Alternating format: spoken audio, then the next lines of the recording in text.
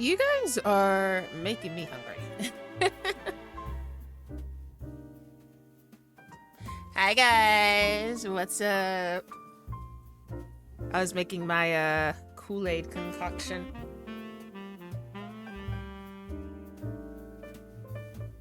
Can't start stream without making some sort of concoction. This smooth, like, jazz music made me feel like I was like in a bar making Kool-Aid. I was like, what type of bar am I in right now? Hey, Firedale! What's up? What's up?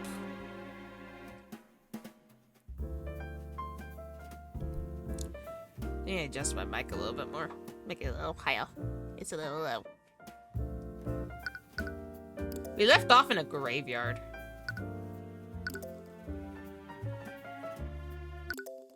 So that's gonna be interesting to see what we got going on up in this graveyard. I don't like how intense the music is as soon as we get in here.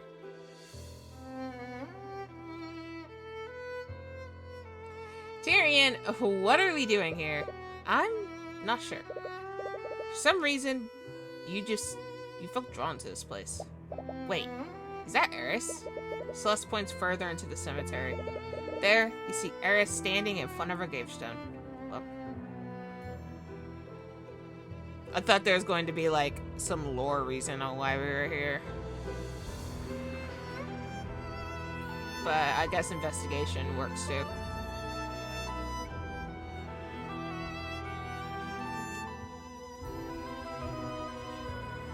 Eyes are rapid blinking.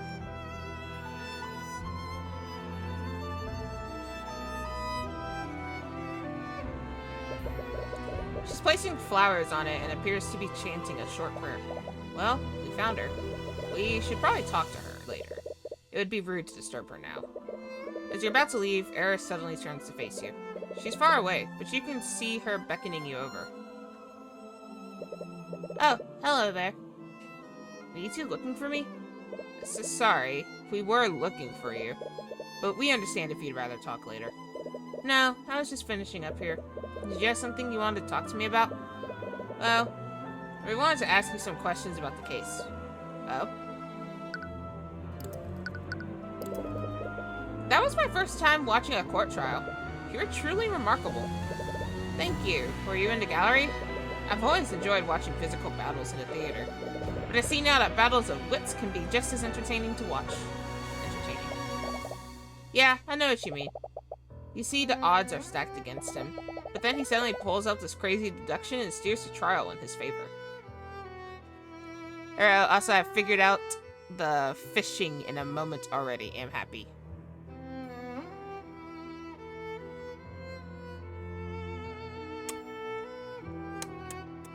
So what did you figure out the fishing in a moment? Ah, suck at fishing. In starter, no matter what. Oh yeah, everybody, it's Lila's birthday. Everybody wish Lila a happy birthday.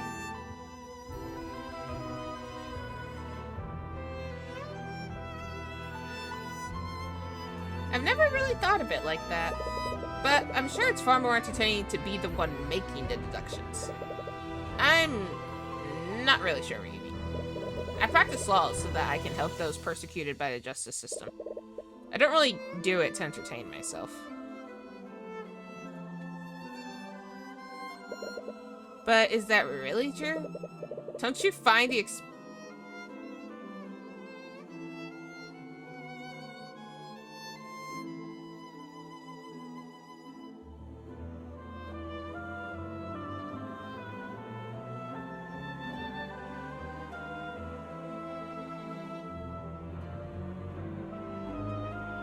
Yeah, saw that, right? It wasn't just me this time, right?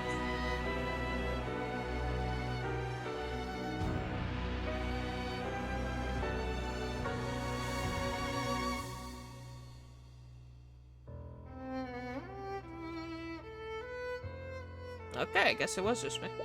I wouldn't really put it that way. You're far too modest. You save people from the clutches of death. To your clients, you might as well be a knight in training armor.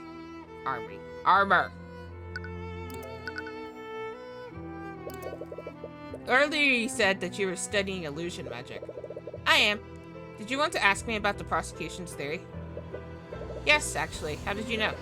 It was easy to guess after seeing you in the courthouse. Anyways, disguising an undead with an illusion is definitely possible. And as Lady Stillwind said, illusory disguise would be the best spell to use for that. What if someone created a freestanding illusion? A freestanding illusion? Yeah. We know that Wallace didn't animate and disguise the professor's corpse. So what if the illusion wasn't disguising anything? Maybe someone created a freestanding illusion of Bellwether walking around. For something like that, one would probably use Major Illusion. Major Illusion has been added to your notes. Milusho. She did a creepy. Creates a three-dimensional illusion. The illusion can take the form of any object or creature that can be contained in a 10-foot cube. While concentrating, the caster can animate and move the image to a different location within range. The illusion is purely visual and can't be physically touched.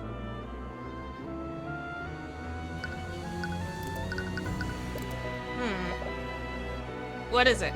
I don't think Major Illusion is what we're looking for. Do you remember what Jan said? I was cleaning a mess in the hallways. Bellwether knocked over a vase, and there were shards and dirt everywhere. If the Bellwether that Jan saw was a Major Illusion, then she couldn't have knocked over that vase. Illusions created by that spell don't have any mass. I see. How perceptive of you. Aren't there any other illusion spells that do have mass? No, illusions can only recreate visual and auditory sensations. But there isn't a single illusion spell that someone can touch. So that means that someone disguised something to make it look like Bellwether. Why'd it look a suspicion, Celeste? Sorry, I wasn't... Calm down. I'm only joking. I don't blame you for considering every possibility. In fact, I'm flattered you think I'm capable of pulling off such an elaborate ruse. Anyways, this does tell us one important thing. What's that? The Bellwether that Jan saw had a physical mass to it.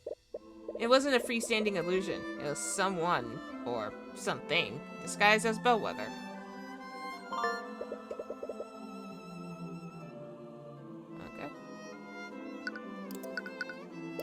Okay. It's quite a shame, isn't it?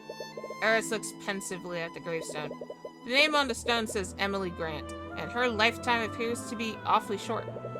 She must have only been 12 years old when she died. Sorry for interrupting you. Was she someone you knew? Not personally. I'm actually here on Wallace's behalf. Wallace knew her? Wallace joined the Academy as part of a program run by the headmaster, Redmond. At the time, the headmaster was reaching out to mages among the common folk. He had started a program to admit these mages to the Academy without having to pay tuition. Both Emily and Wallace were among those mages. Wow. That must have been an amazing opportunity for them. The truth is, neither of them actually cared about learning magic. The real problem was that Emily had a terminal illness. She and Wallace were poor orphans, and they obviously didn't have the resources to treat it. But if they enrolled in the Academy would be obligated to give her medical treatment. The Imperial Academy teaches the best mages in the kingdom. They thought that curing her illness would be an easy task for the Academy's healers. But they were mistaken, I'm afraid. I'm sure you know this by now, but healing spells can only treat wounds. They can't cure illnesses. Emily's condition only got worse over the years, and eventually, she succumbed to her illness. Wallace was furious. He didn't understand why the kingdom was outlawing magic that could save lives. And that's why he decided to learn it himself. Yes, the headmaster was inspired by Wallace's resolve. He gave him access to the Academy's forbidden tomes of necromancy, and Wallace taught himself the spells that he knows today. So that's why. It was supposed to stay a secret between him and the headmaster, but I'm sure you...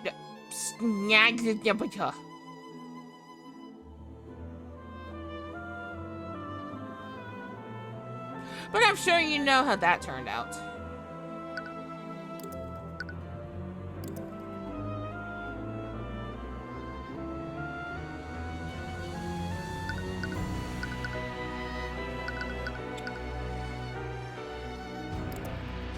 Hey, how about we just get out of here? Nope, nothing here. Oh, it's you, Mr. Cuthbert. Steelwind? What are you doing here? After what happened at the trial yesterday, I decided it would be best to start my investigation here. Right. Wallace was in the library for the entire morning, so it would make sense that she'd start her search here. Actually, since I have you here, have you seen Eris Ilmatter anywhere? It's my understanding that you're both acquainted with each other. Eris? What do you want with her? It's not for anything serious, mind you. It's just that oath of a commander lost her spell compendium. Now we need her to produce another one for our records. If you see her, please let her know that we'd like to speak to her. We saw her earlier in the cemetery nearby, but I have no idea where she is now. Ugh. Once again, I have to compensate for that idiot's mistake. Anyways, I was wondering if I could ask you some questions about the case. Very well, I suppose I still need to honor our deal from earlier.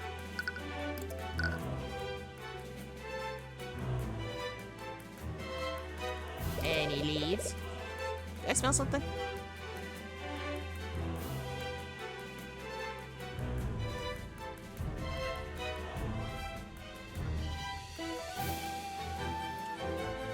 I thought I smelled something, but I guess not. Have you had any luck finding the scene of the crime? Unfortunately, I haven't. From the witnesses' testimonies, we have a rough idea of the route Bellwether took, but none of the rooms we checked have any signs of a struggle. Are you so sure that a struggle happened? I'm mainly basing that off of the Lanus sisters' testimonies. Valerie, in particular, noticed that the bleeding came from a wound in her stomach. Regrettably, the body's wounds were mended, so we can't determine what kind of weapon the murderer used. During the trial, you mentioned that another witness saw Bellwether walking around yesterday. Would you be willing to tell us who that person is? I'm sorry, but I can't tell you that. You're caught a little off guard. You've been pretty transparent with your investigation so far. You don't smell anything? It was like a very faint smell that just came out of nowhere, so honestly, I wouldn't be shocked if it was just like something completely random. Because it disappeared as soon as it got. Whew. Yeah. It disappeared as soon as I smelled it. You've been pretty transparent with your investigation so far. What's changed? I have no obligation to justify myself to you, nor do I have an obligation to help the opposition. Didn't we have a deal? Hiding information doesn't exactly seem fair to us. I believe I've given you plenty of information already. So regardless of what I said before, the answer is still no. Her family is dangerous. The Eye of Horus catches a stray thought from her. Her family is dangerous? What does that mean? Is there something about this witness's family that you're worried about? No. This could be a feint. I'm sorry, but you'll have to try harder than that if you want to bluff me. She referred to the witness as her. Furthermore, she said that her family is dangerous. Why would she go to such lengths to hide the witness's identity? In any case, it looks like she's not willing to share at the moment. Maybe you should try looking somewhere else. Let's go to the locker room, to the locker room, to the locker room. You spend some time wandering through the academy when you overhear a conversation from a nearby room. From what I understand, Miss Steelwind has already moved the investigation elsewhere. How long was that wait before I can retrieve my things? Sorry, old-timer. Orders are orders. Nothing comes in or out till this case is over and done with. Commander White? And the headmaster, too? Oh, hello, Mr. Cuthbert. Hey, kid. In any case, there are other matters I must attend to. Please inform me when I can reclaim my things. Sure. Let me move my mic a little bit.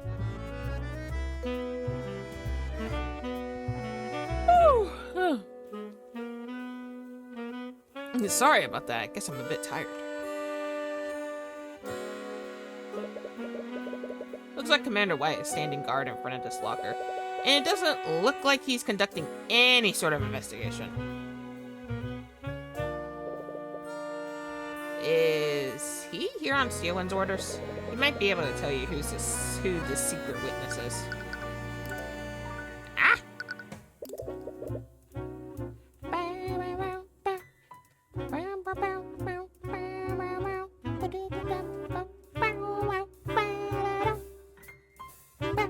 Okay, I'll stop.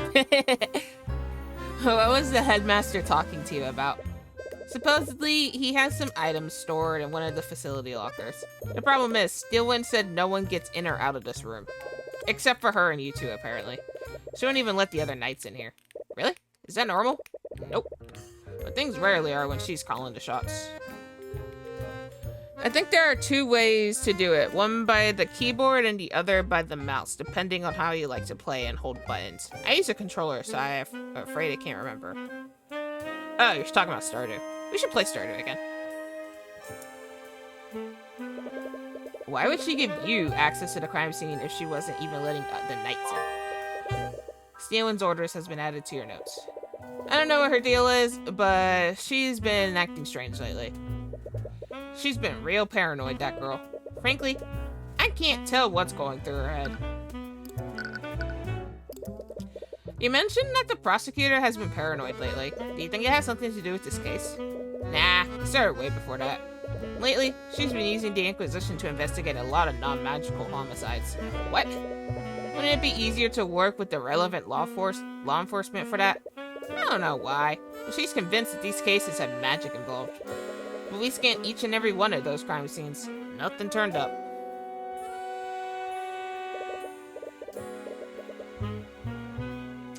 I got to say though, if it weren't for the scans, I might actually agree with her. Why do you say that? Those homicides, I haven't seen anything like them. They're probably some of the most screwed up cases I've ever handled. For one of those cases, we had ourselves a disgruntled spouse. She found out that her man was going around with a barkeep. And do you know what the spouse did? She stalks the poor woman. She starts leaving threatening notes all around where she worked. The barkeep told the City Watch all about what was happening. But no matter how much they stalked out the tavern, they could never catch the perp. Then one day, the barkeep arrived home.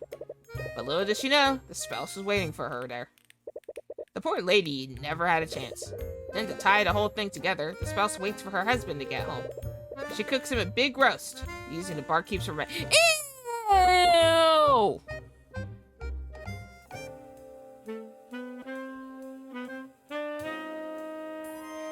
Ew!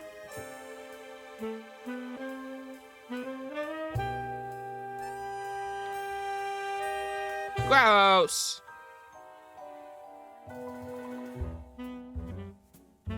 Now that's twisted. Why are we ill? Would you not ill if you just ate a human remains, Firedale?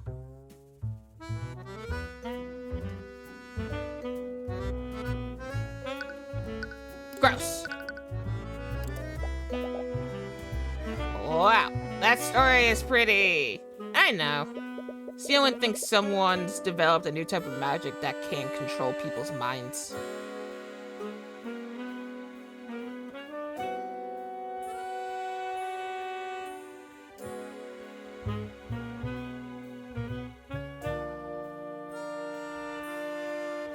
Anyways, moving on. Steelwind, and these homicides were some kind of sick test run. Magic that can control people's minds. But wouldn't Mage Blight make more sense? Mage Blight.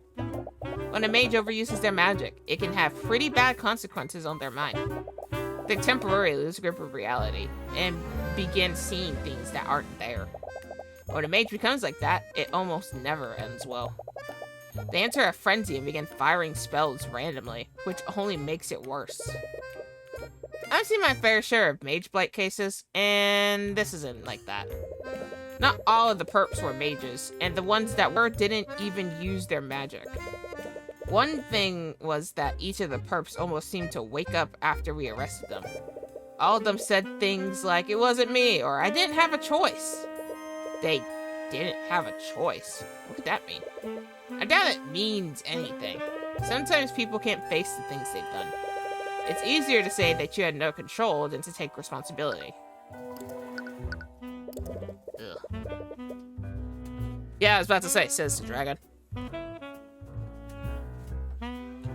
You wonder if you can mislead the commander into revealing who the secret witness is. During the trial, Miss Steelwind mentioned that someone other than Jan Hughes saw Bellwether walking around. Have you seen them around lately? We wanted to speak with them. Heh, nice try, kid. Well, it was worth a shot. Honestly, I couldn't tell you if I wanted to. I don't think anyone other than Steelwind knows who the witness is. I sure as hell don't. What? She's even hiding it from the Inquisition commander? Why is she being so secretive? It looks like the commander doesn't know who the secret witness is either. Ugh. This isn't getting us anywhere. Steelwind's behavior is strange, though. Perhaps you could try analyzing her behavior. If you do that, you might be able to find a way to convince her to help you. Okay, Steelwind's behavior has been strange this time around. She's hiding elements of the case, even from the commander. Anyone could tell that she doesn't have much faith in him. I'm standing right here. But this is the first time I've seen her hide key details of a case from him. What is motivating Steelwind to keep secrets? Paranoia. Her actions must be driven by paranoia. She's been hoarding information about the case. There's only one reason why she wouldn't utilize the Inquisition like she usually does. It's because she doesn't trust them. I hate to say it, but that doesn't really upset me. I mean, surprise me. She's always been standoffish with us. But there is one exception. Who has Steelwind trusted for this case? There are individuals who she's trusted more than the Inquisition during this case. Us. She let us investigate the crime scene without any restrictions. Yeah, I never really thought about that. Does she trust us that much? I don't... Oops. Hit my desk and everything went wibbly wobbly.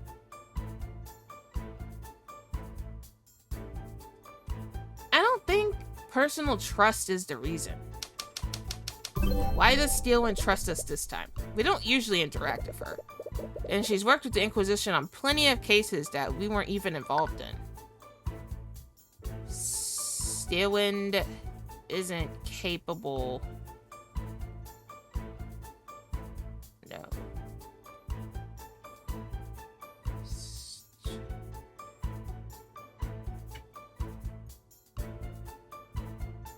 Steelwind is a member of nobility, but...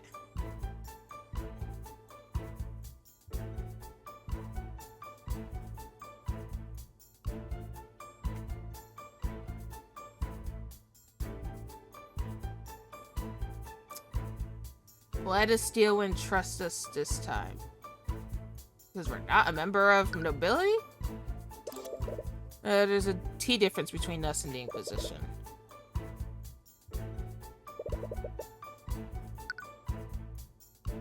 Tyrion isn't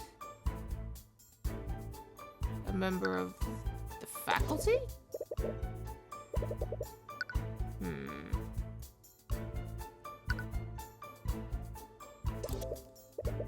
No. Hang on, guys.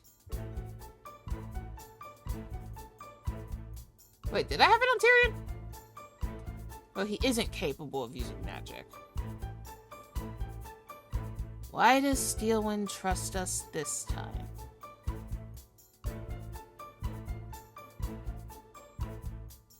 Isn't a member nobility? No.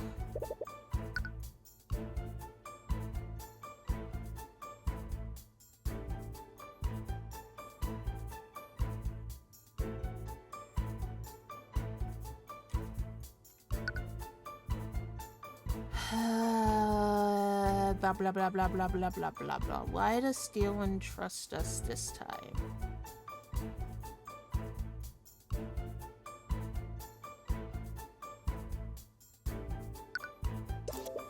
There's a key difference between us and the Inquisition. We don't answer to anyone and we aren't subject to corruption.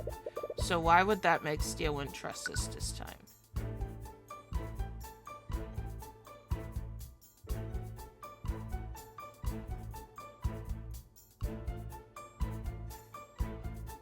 Steelwind is controlled by the nobility. No?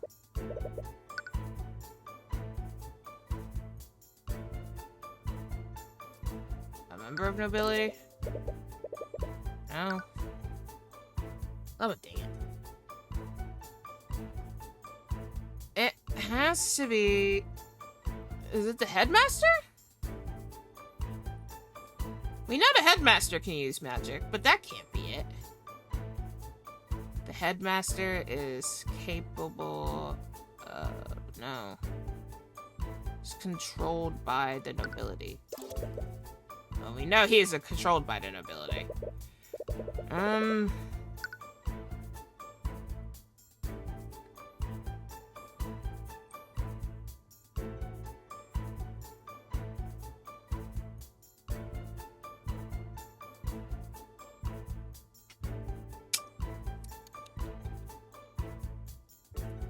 I'm thinking of what we know about this case since last time.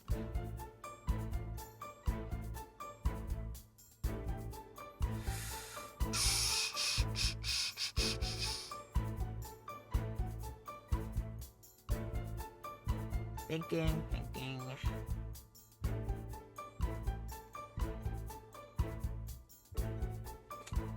Ah, my nose.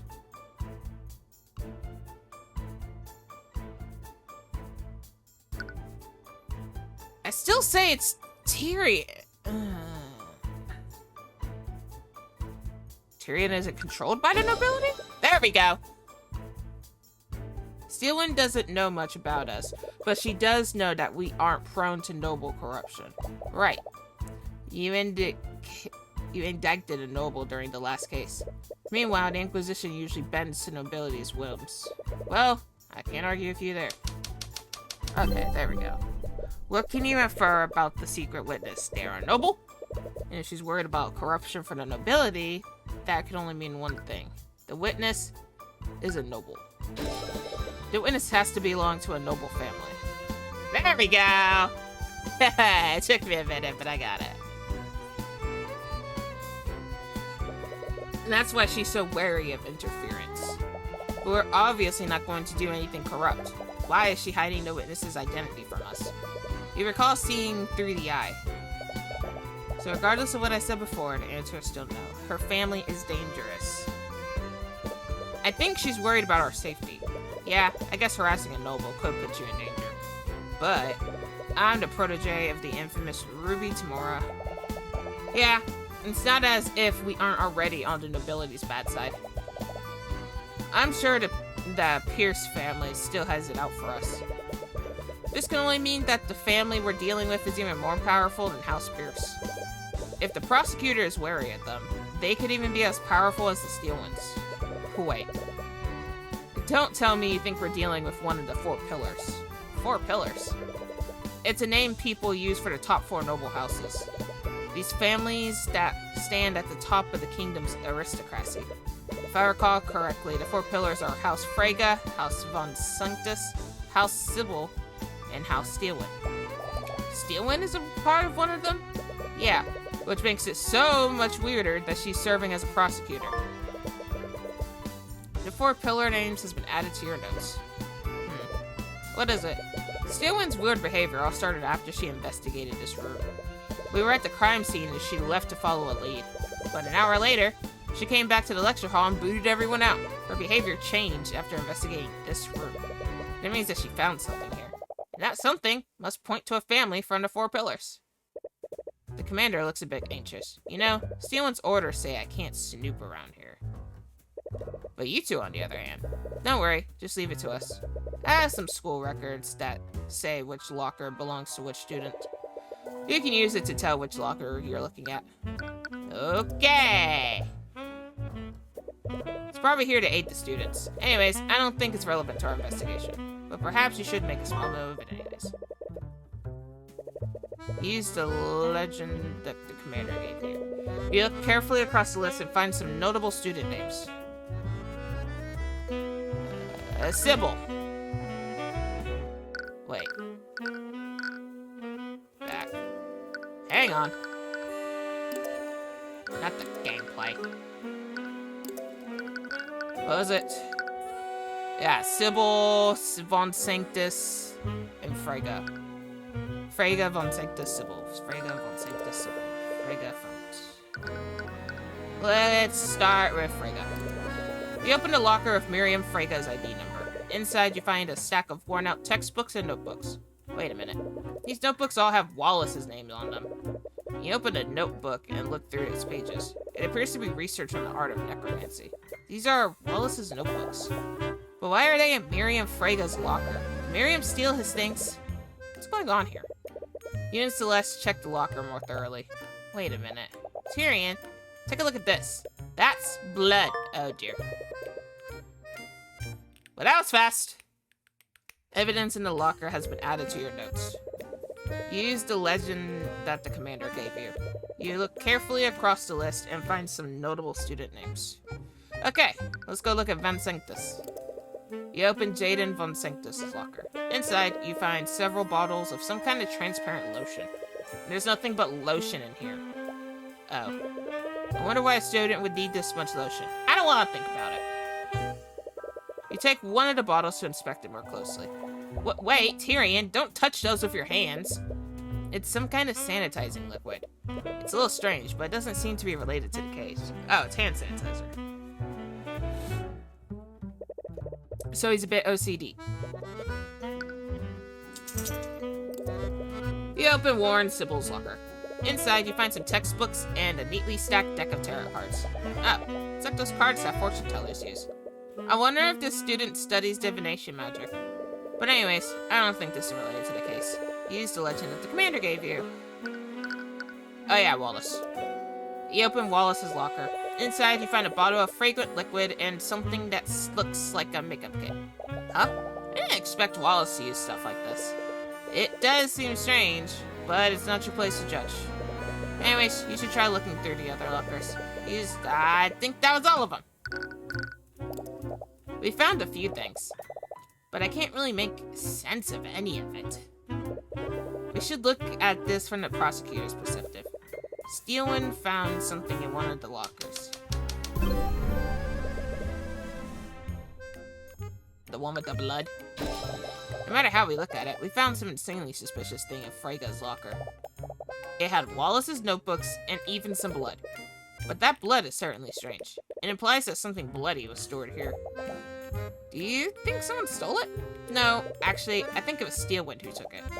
Alright, Orion mentioned that she investigated this room. She must have taken the bloody item as evidence. But with that said, there's something else that's strange about Miriam Frega's locker. I just merged her name. You had to renew your Prime, who knows? It had a lot of Wallace's possessions. It's possible that she really did steal these items from him. But it's more likely that this locker isn't actually hers. Remember what Wallace told us before? Sometimes the other students would steal the ID number off of my locker. Then they'd switch it with the number of another locker. They thought it was funny whenever the student who owned that locker got angry with me. So someone switched the nameplates. This means that this isn't Miriam Frega's locker, it's Wallace's. But that would mean that the bloody object came from Wallace's locker. It appears so. Evidence in the locker has been updated to your notes. But if that's true, why didn't Steelman present the bloody item during the trial? I proved that Bellwether was wounded before Valerie healed her. Wouldn't that have been the perfect time to present what she found? It was a bloody item found in the defendant's locker after all. She could have easily proved that the nameplates were switched too. Alright, that is weird. There's something more to this that you aren't seeing, but what? I think we'll just have to ask Steelwind ourselves. Back to the library. I was wondering why I was getting ads. You got ads. I don't have ads turned on, do I? I guess I do. Whoops. Oh, you're back. We've uncovered a few things during our investigation. Miss Steelwind, are you acquainted with a student named Miriam Frega? I underestimated him. I said it before, Mr. Cuthbert. I won't fall for such an obvious bluff. It's not a bluff, Miss Steelwind. And I'll prove it using the evidence we've gathered. Arya Steelwind's psychological profile is complete. Secret witness. Abby, give it a go. Argument 10. Steelwind is paranoid, and for whatever reason, it's due to the involvement of Miriam Frega. If you could convince her to reveal why she's being so secretive, she might give you more information. Yeah, let's go. Argument! Steven is extremely logical and won't accept arguments that aren't supported by evidence. However, she has become secretive lately, and her actions seem to stem from paranoia. She's uneasy about the case elements that relate to Miriam Frege, and she's very inclined to hide Frege's involvement from the court at all costs. Even the Knights of the Inquisition have noticed. Please just tell me, why are you being so paranoid? I'm not sure what you're trying to imply, Mr. Cuthbert. Nothing about my behavior has changed. I've approached this case objectively, just like I have with every other case.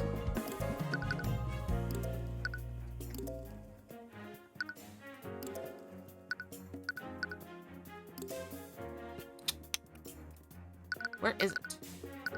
The 4 pillars, evidence in the locker, constructed locker room, Jan's testimony, Wallace's spell podium. Oh, there's a down. There's nothing down!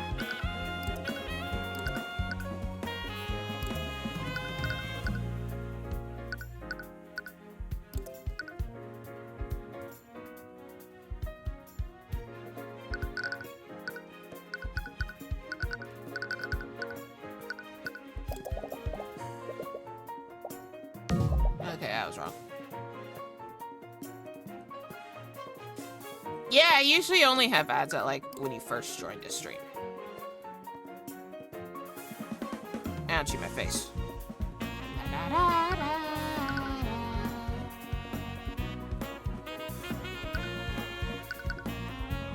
Right. Is this it? Oh, there's her orders. You've ordered the Knights to stay away from the crime scene, and you've even taken it upon yourself to conduct the investigation yourself. That is not normal behavior for a prosecutor. I took those actions because the Inquisition is incompetent. How could I possibly trust them with anything? The Knights are incompetent, but even you can see the value of delegation. During Celeste's case, you still delegated tasks to the Inquisition, and you could have easily investigated the McCoy Tavern yourself. This academy is huge. You wouldn't conduct your investigation this way unless you had a good reason. Then why don't you enlighten me? Why would I act in such a way? What would cause me to act so strangely? I believe I know exactly what that is. That's because these fuckers. You know that the Inquisition is corrupt and will bend to the nobility. So what would happen if a powerful noble were publicly involved in this case? With that noble's influence, they'd probably order an Inquisition to conceal their involvement. A high-profile noble is involved in this case, Steelwind. And I believe that noble is Miriam Frege. Again with this, do you think you can bluff me by throwing out the names of random nobles? Not every noble is malevolent criminal like Garrett Pierce. I've said it before, and I'll say it again. My investigation doesn't involve the Freges. Nothing about this case has anything to do with House Frege. Sure. Then how do you explain this, Steelwind? The commander told us that you were following a lead in the locker room yesterday. We investigated the lockers of the students from the 4 pillar families, and we found stains of blood in a locker with Miriam Frege's ID number, and it was presumably left by a bloody object. The bloody object was taken by someone, and we heard that you became extremely paranoid after you found something in the locker room. If I had to guess, I'd say that you took the bloody object as evidence. And what evidence do you have to suspect these outrageous claims? What? The only thing you have is evidence of a bloodstain. There's a myriad of explanations for that. Everything else you mention is pure speculation. You can't prove that piece of evidence exists.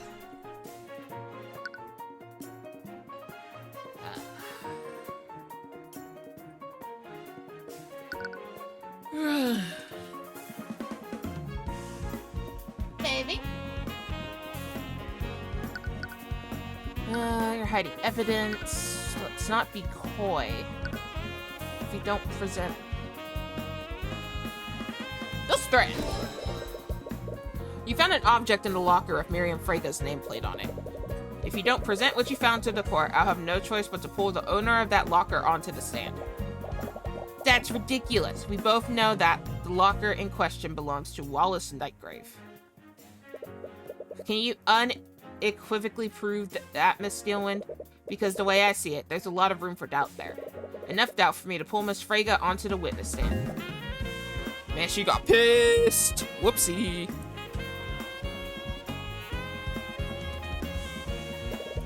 But if I had more context, maybe I wouldn't have to resort to that. I won the argument. Well played, Mr. Cuthbert. I suppose I don't have a choice, do I? You successfully persuaded Arya Steelwind. Yay! Now what do we get ourselves into? The truth. Just so we're clear, I wasn't acting to protect the nobility, but I'll admit that Miriam Frege was the other witness that saw Bellwether that day. I see. I had some suspicion, but there's also another matter. Steelwind looks uneasy. When I was investigating the body, I found this. Evidence of academic dishonesty has been added to your notes. A tightly packed folder containing several documents. The documents contain evidence detailing multiple instances of plagiarism, fraud, bribery of school officials, and various other offenses committed by Miriam Frege. What the? It looks like Miriam's been cheating at school. But why would Bellwether have something like this? From the way it's arranged, I think it might have been blackmail. Miriam Frege is considered a prodigy in the practice of conjuration magic. She's won a litany of awards, and she will most definitely graduate with honors. If these files were to reach the public, it would absolutely ruin her reputation. Do you think that the professor was trying to threaten her? It appears so. When I discovered this, several elements of the case were still unknown. I decided to look through her belongings, and I mistakenly looked through the locker with her ID number. I found this in that locker. Bloody rapier. Peanut's kicking you. Aw, silly Peanut. A rapier covered in blood. It was found in Wallace Nightgrave's locker. Apparently, it's a valuable family heirloom to House Frege. It was reported stolen by Miriam Frege weeks before the murder. It's very likely that this is the murder weapon. This rapier is a valuable family heirloom for House Frege.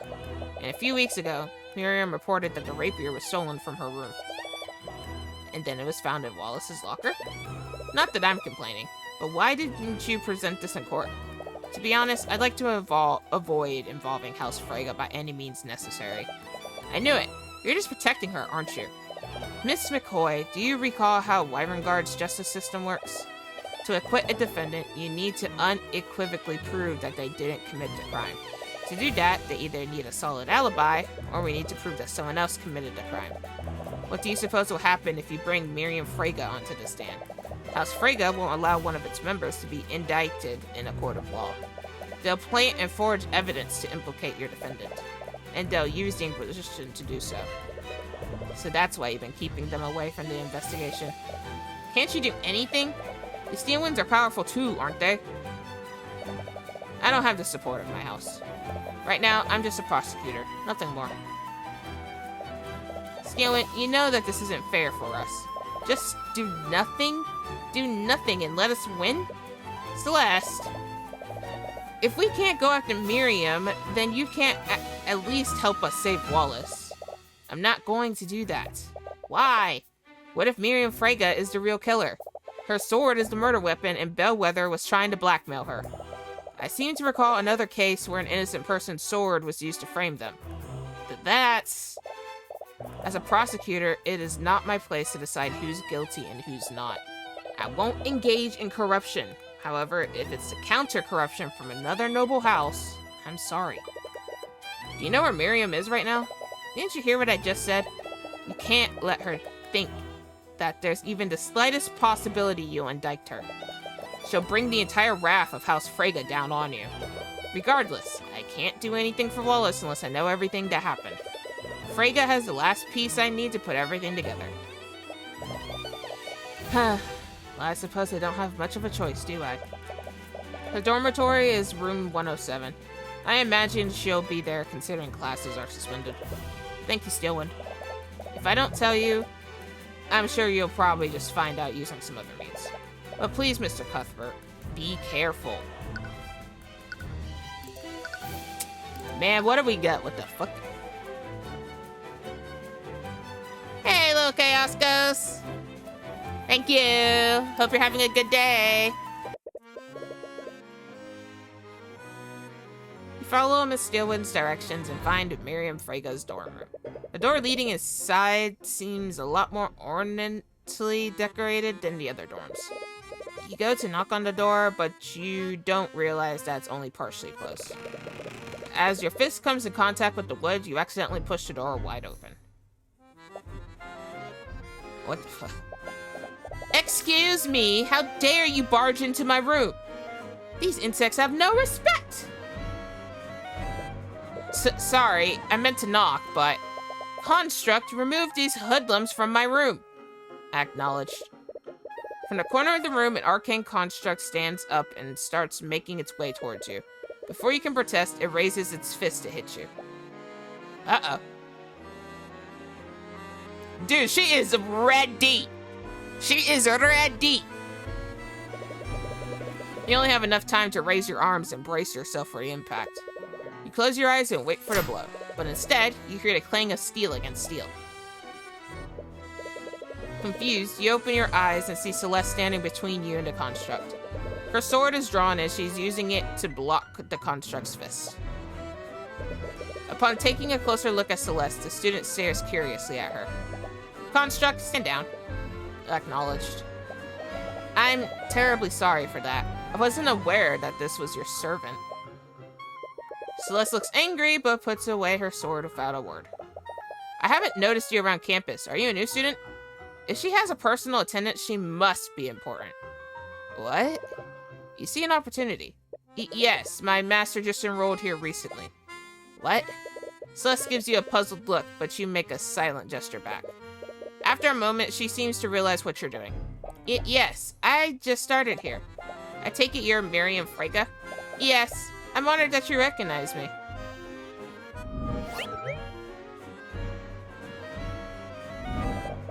It is a pleasure to make your acquaintance, miss. I'm Celeste. Celeste. She catches herself and pauses for an awkward moment. Steelwind. I'm Celeste Steelwind. You can't believe her. There's no way she's going to believe. Steelwind? It's a pleasure to meet another member of such an esteemed house. She must be from a branch family. Maybe I can use her. Wait, she's actually buying this? I just moved in, and I thought that I should introduce myself.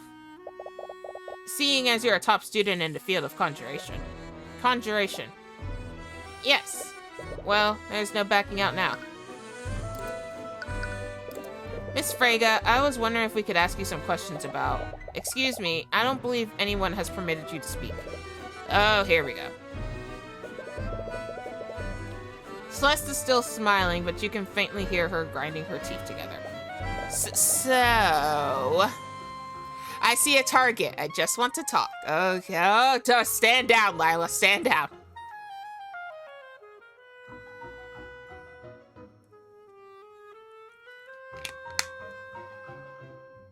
I need a drink. I can't believe it. Yes, it's quite tragic what happened to her. She has always been an acquaintance of House Frega. She appears to be more receptive to Celeste. It might be better to let her take the lead on the questioning. We heard that you saw her on the day of the murder. Could you tell us more about what happened? Oh, you heard about that from your relative, did you? If you don't mind me asking, why are you so interested? She's not like Arya, is she? Oh, you know, I'm just curious is all. You know how uneventful life can be sometimes. Being a noble and all. Alright, tone it down. Oh, is that all? I was worried you were going down the same path as that poor, confused Arya. What does she mean by that? But I'm in the middle of a study break anyways. I suppose I have some time to state your curiosity. Construct, please prepare some tea. Use that lotus tea we imported from the Eastern Kingdoms. She could be useful if I could win her favor. Acknowledged. Lotus tea? You have lotus juice? You feel like you're slowly losing control of the situation. I heard that you saw the professor on the day of the murder. Where did this happen? I was in the hallways when I saw her coming out of the headmaster's office. She was heading towards the library. Do you remember what time this happened? I'm not really sure, honestly. It's a little embarrassing, but I have a bad habit of getting too absorbed in my work. Sometimes I'll let entire hours pass by without noticing. Do you have a rough idea at least? I think it was in the morning. She thinks it was in the morning. But anyways, did anything seem off about her? No, it was a short encounter. I merely greeted her, and she responded in kind. Or at least that's what should have happened. I thought just now, what does it mean?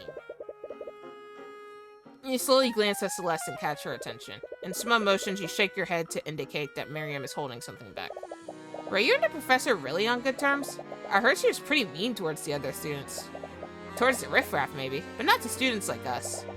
She was a great ally to House Frege, or at least, she used to be. That's why we were planning on appointing her as the new headmaster. Wait, what did you just say? Did you just say that your family was going to appoint Bellwether as the new headmaster? Oh, I'm surprised you didn't know. House Frege holds several seats on the Academy's board. We were making plans to have her replace that lout Redmond. They were going to sack the headmaster. Did Headmaster Redmond know about this? Oh, of course not. This is part of a large-scale plan. Along with Redmond, we were also going to replace all of the staff members with arcane constructs. We had to keep everything under wraps, or else the help would have left prematurely. And where would that leave us? But Jan supposedly overheard Bellwether talking about the constructs. Did Bellwether prematurely reveal the plan, or was Jan lying about how he found out? But alas, with Bellwether gone, we'll have to delay our plans. Bellwether's plan has been updated in your notes. So, we heard that Arya took your rapier as evidence for the case. Can you believe her? She still won't give it back to me. My father will have my head if I can't get it back soon. How did it even become a part of the investigation anyways? I don't know. Arya won't tell me anything. I swear, that necromancer was the one who stole it. I'll execute him myself. So someone did steal it from you. Yes, from right out of my room. When did this happen? About a few weeks ago. I noticed when I came back from one of my classes. Someone removed a rapier from its display case in my room. How did they get into your room in the first place? Do you think someone used magic to teleport past the door?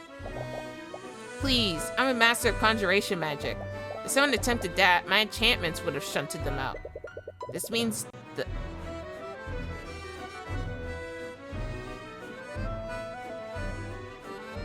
Thank you for the 2 months, thank you for the 2 months sub with Prime Mandy.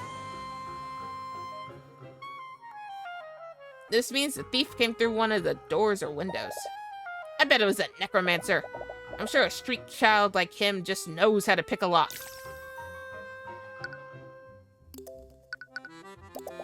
I've heard that you're one of the Academy's top students. I can just tell Celeste is like, just let me at him. I mean, just let me at her. Just, nobody would notice if I gave her a little haircut.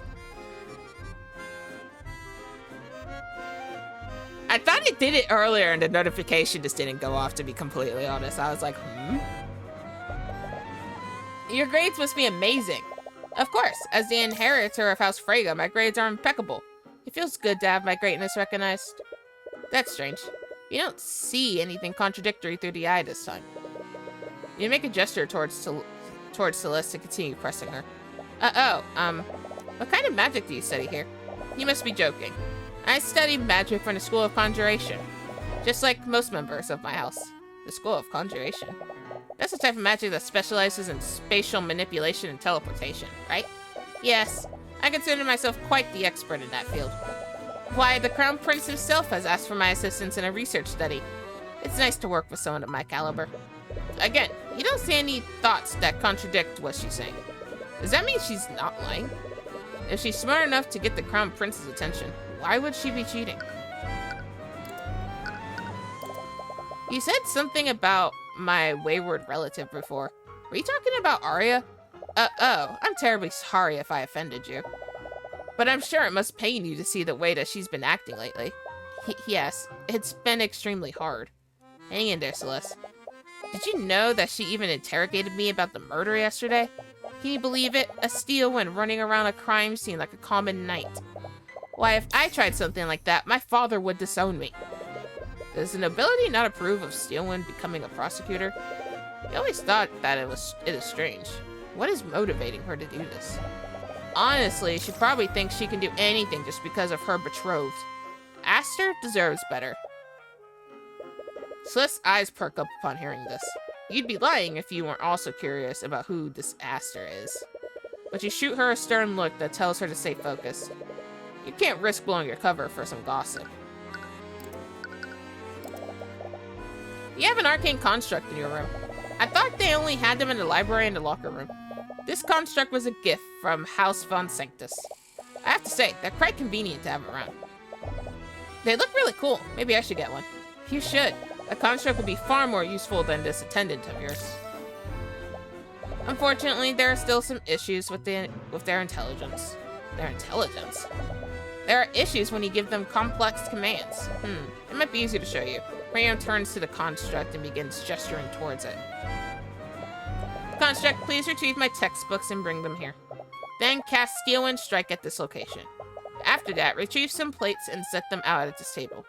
Acknowledged. What? The construct stands up and retrieves Miriam's textbooks from one of the shelves in the room. It brings them to the table you're sitting at, just like she ordered. But then it suddenly stops moving. Wait, what happened? The construct obviously can't cast Steelwind Strike, so my second command was impossible to carry out. But did you notice something else? It ignored your third command too. Correct. My third command was possible to carry out. So why did it ignore that command? Constructs execute a series of commands in the order that they are given. But let's say one of those tasks is impossible to complete. When a construct gets to that task, it will deem the entire series impossible to complete. As a result, it will stop executing the series altogether. So if a task in a series of commands is impossible, then that command will interrupt the sequence of commands. Exactly. Construct's logic limitation has been added to your notes. Lady Steelwind, I'm afraid we must leave now if we want to make our next engagement. Oh, right. Let's go, servant. Oh, leaving already? It was a pleasure talking to you. Yeah, sure. Hope to see you around. You make your way back to the foyer with Celeste. With all the time you spent, you only have a brief moment of time before night falls. Are you sure you didn't want to talk to her more? We were getting a lot out of her. We already got a lot of useful information out of her. The more time we spend with her, the more likely she is to see through our ruse. I'm shocked she didn't see through our ruse beforehand. Like, what? Right. So, why Steelwind? I don't know. I panicked. Aria's like the only noble I know. What about Pierce? I'm not using that creep's name. Well, hopefully Steelwind doesn't mind us borrowing her name. And we got her statement on what she saw that day. And there's also what she said about her rapier. I bet she was lying when she said it was stolen.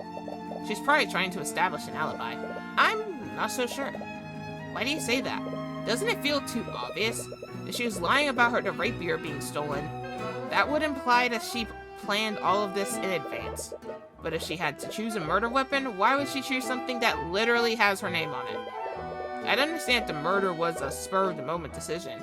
She might have just used something nearby in this case. But if this was a premeditated murder committed by Miriam, that rapier would be the last weapon she would choose. Right. I guess that makes sense. There's also the evidence of academic dishonesty. It doesn't match up with what we heard from Miriam. You mean all that stuff about her working with the Crown Prince? She's probably just making things up to look good in front of me. I have an insight when it comes to things like this. Under normal circumstances, I can usually tell when someone is lying. And Elias Grand Joe says that would be something I would definitely see through. People can subconsciously shield themselves from the eye of Horus, even if they don't know about it. But when they do that, you usually can't see any thoughts from them. He also saw that she was lying about her encounter with Bellwether. You would have seen dissonant thoughts if she was lying about her grades. Well, I guess I'll trust your insight. What does this mean? I don't know. Even with everything found, I'm not sure who the real culprit is. At the very least, I think we should still try to pull Miriam onto the stand. If she testifies in court, I might be able to find something I can use. But that's a big maybe. If you don't play your cards right, you might spook the Fregas enough for them to play off the judge. Either way, it's getting late. We'll probably have to turn in soon. Yeah. You just hope you did enough to acquit Wallace. This case confusing. Who do you guys think did it? Because I's confused. I don't understand.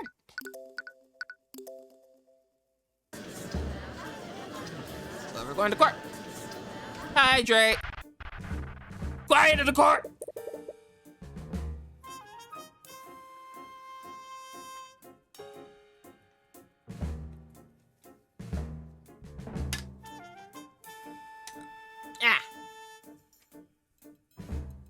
I think Tyrion did it. This is all part of his scheme. You guys are thinking I did it.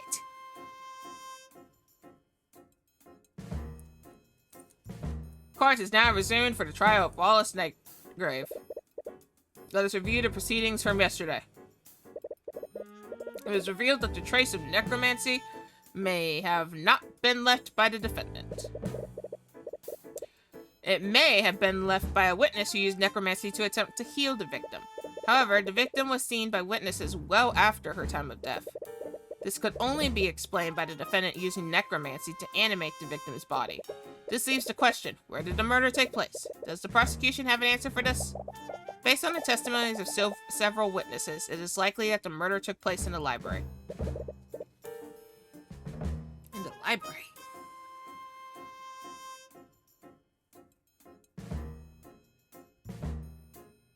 Interesting. What led you to this conclusion, Miss Steelman? First, I'd like to remind the court where the victim was sighted before the body was found. It began when the victim had a meeting with the headmaster near the center of the building. Our meeting was scheduled for 12 p.m. According to my schedule for that day. Our meeting lasted for an hour. This brings us to the statement of the next witness, a student at the academy. This student saw the victim walking in the hallways. I saw her coming out of the headmaster's office. She was heading towards the library. Which means that our first witness saw Bellwether leave the headmaster's office. Presumably, this would have happened after her meeting there. That would... sorry guys, I had mucus in my throat that decided to make me stop talking. That would time this encounter at around 1 p.m. The other event is the discovery of the body, which was when Valentina Lady contacted security. I suddenly spotted the professor lying in a pool of blood in the classroom. Valentina used a communication device to call for help while I tried to save her. As we've already established, this event occurred at 3:04 p.m. But the significance of this time is in what occurred before the body was discovered. The second witness, a member of the cleaning staff, spotted the victim in the West Wing hallway. Bellwether knocked over a vase, and there were shards and dirt everywhere. It was probably 20 or 30 minutes before the twins found the body. This means that this encounter must have happened no later than 2:30 p.m. And this implies that the victim was near the library between 1 p.m. and 2:30 p.m. According to the defendant's statements, he was in the library during this time period. Furthermore, the time of death was at 2:07 p.m. This means that Mr. Hughes saw the victim's animated body. Steelman's deduction has been added to your notes. Okay.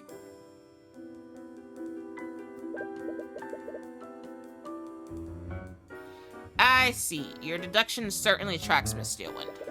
What do you have to say in your defense, Mr. Cuthbert? The prosecution's argument is definitely well thought out, Your Honor. However, it is entirely predicted on the testimonies of all the witnesses involved. Steelwind's deduction has to have a hole somewhere. And since your conversation yesterday, you've had a feeling that Miriam is hiding something. If you want to get to the truth, you'll need to drag that out of her through a cross-examination. Your Honor, to test the validity of these claims, the defense would like both of these witnesses to testify. The defense calls Miriam Frege to the stand. Oh, we did a biggie. Oh no. For Frege, at the mention of her name, the judge's face turns a bit pale. I had a feeling it would come to this. Do you have any objections, Miss Steelwind? I do not, Your Honor. Very well. Bailiff, please escort Lady Freyga to the stand. Witness, please state your name and occupation for the... You little snakes! How dare you deceive me? Oh, it looks like she found out. I had the opportunity to debrief the witness beforehand. Miss McCoy, for the record, I told you to exercise discretion. I did not mean that you should impersonate a member of my family.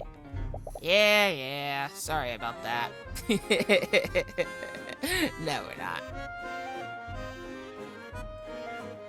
Yeah, the judge does. He's always just like, what in the flying fuckaroo? I gave you all of the tea that I imported from the Eastern Kingdoms. I demand that you return it to me. No, you gave them to me. They're legally mine now. Ahem. I am not sure what your business with the witnesses, Miss McCoy, but I'd ask that you please handle your personal disputes outside of the courtroom. Anyways, Miriam, could you please testify to the court about your encounter with the victim? Very well.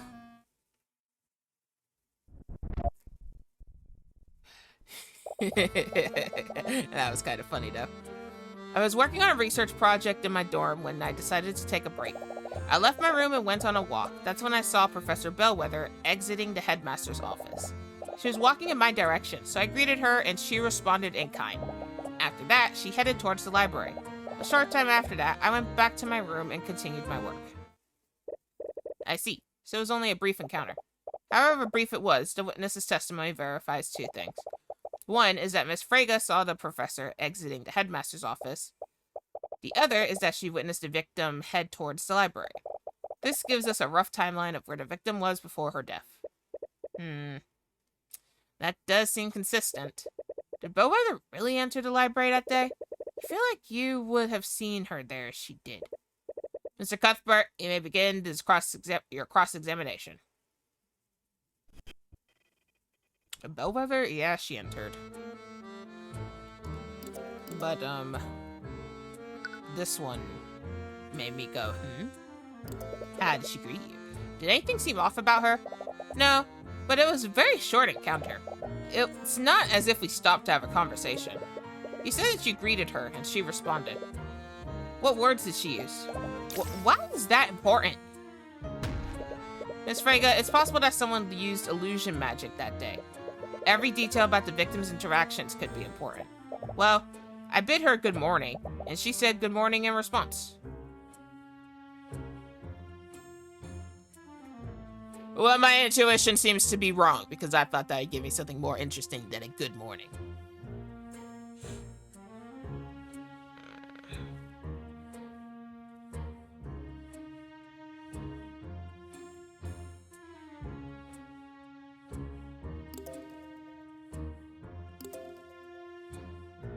Let's do this one. Did you see her enter the library? I didn't, but there's not much else in that direction. From the testimony of Jan Hughes, we know that she later came from the library. Even if she didn't enter the library, she was still in that area for more than an hour. Okay. A short time after that, I went back to my room and continued on my work.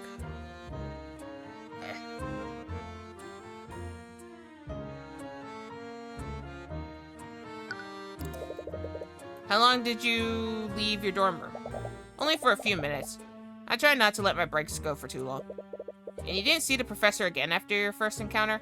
No, I did not. Her testimony seems pretty straightforward, but she could still be lying. I'm honestly not sure. We'll just have to focus on her statements about how Bellwether acted. I decided to take a break. I left my room and I saw Professor Bellwether.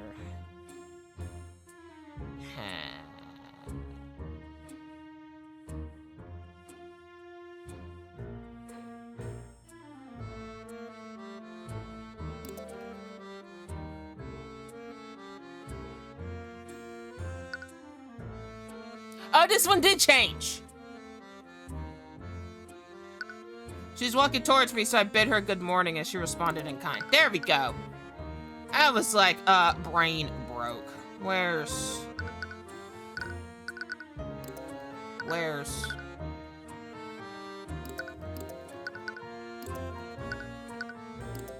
No words. There it is. Because she said during her She said during her opening statement, Miss Frege, if I recall correctly, you have a habit of getting absorbed in your work. So much so that you'll even lose track of the time of day. Yes, but what does that have to do with my testimony? Earlier in today's proceedings, the prosecutor made the following argument. Our first witness saw Bellwether leave the meeting with the headmaster. That would time this encounter around 1 p.m. Miss Frege, if you had said good morning to the prosecutor, you would have been mistaken, because that encounter could have only happened during the afternoon. And your point is, you said it yourself, Mr. Cuthbert, the witness simply lost track of time. What the witness said isn't what's important here. The significance is what the professor said in response. She had just come out of a meeting that was scheduled for noon. She would be well aware that it was no longer morning. So why would she respond good morning? Wouldn't she have corrected the witness? Their encounter was extremely short, and the victim's mind may have been preoccupied. She could have easily responded to the witness without thinking. I'm going to be honest, I kind of agree with her. It's not hard to believe that they were both confused about the time. It's definitely a stretch, but you still can't shake the feeling that she's hiding something. Every time you ask her about how Bellwether acted that day, the eye picks up something. There has to be something there. Miss Frege, you haven't been entirely truthful in your testimony, have you? That's absurd. What reason would I have to lie? It's such a small detail. Why does he even care? Every detail about how she acted is important, Miss Frege. Why aren't you telling us? Mr. Cuthbert, you have no basis to accuse the witness of perjury. Yes, you will stop this at once. Miss Frege, you're lying about how Bellwether responded to your greeting, aren't you? It doesn't make a difference. All she did was yell at me. All she did was yell? Miss Frege, is it possible that Bellwether's response was less than friendly? What do you care? What difference does it make? Why is he being so persistent? My job is to make sure every part of your testimony is truthful. Every detail matters, no matter how seemingly insignificant. Mr. Cuthbert, you will stop this, or I will find you in contempt. The professor yelled at you, didn't she, Miss Frege? So what if she did? I mean, I'm sorry, but there's no going back on what you just said. So you did admit that she yelled at you. You impertinent little... Yes, I admit it. The professor didn't greet me back that day. Oh, good morning, Professor. Be quiet. She yelled at me to be quiet. But until then, we had always been nothing but courteous with each other.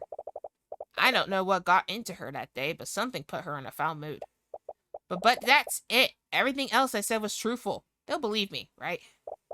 I did see her come out of the headmaster's office and walk towards the library. So, she wasn't lying about that. So, is that all, Mr. Cuthbert? What do you mean, is that all? You badgered this witness, all so you could prove what exactly? The witness committed perjury. The witness changed a small detail of her testimony, a detail that is inconsequential to the case. It was clearly an act with no malicious intent. After seeing her thoughts, it's hard to disagree with that. You were so sure that the eye would lead you somewhere, but Frege was only lying to save face. The witness saw the victim leave the headmaster's office and head toward the library. Do you have any concrete evidence to refute that, Mr. Cuthbert? No, I suppose I don't. Wait, is this really okay? At this rate, this will be the only chance you have to cross-examine her. I don't think she's lying anymore. And I was really pushing my luck earlier. If I continue to press her, the judge might actually charge me with contempt. But if Miriam isn't the one that's lying, then... The defense has no further questions for the witness, Miss Steelwood. The prosecution stays silent for a while. She almost looks disappointed. Very well, Miriam, you're dismissed. Humph. Miriam still looks like she's fuming, but she leaves the room without protest. The judge breathes a sigh of release as the young noble is escorted out of the room. Now that out of the way, what else do you have, Mr. Cuthbert? The only way to refute the prosecutor's theory is to cast doubt on one of the witnesses. If it wasn't Miriam, then, Stanwin, to test your theory, we must question every Words. We must question every witness that saw the victim that day. So that said, the defense would like to call Jan Hughes to the stand. I hope you understand, Mr. Cuthbert. Your entire case rests on the assumption that one of the witnesses' accounts is incorrect. If your cross-examination of Mr. Hughes leads nowhere, then I hope you're ready to concede. You don't like the sound of it, but she's right. Unless you can find something in Jan's testimony, you won't really have anything to disprove her theory. Bailiff, please bring Mr. Hughes. Witness, please state your name and occupation for the courtroom. Witness, name and occupation. Right. My name is Jan Hughes. I'm on the cleaning staff of the academy. Mr. Hughes, please testify to the court about your encounter with the professor that day. Sure.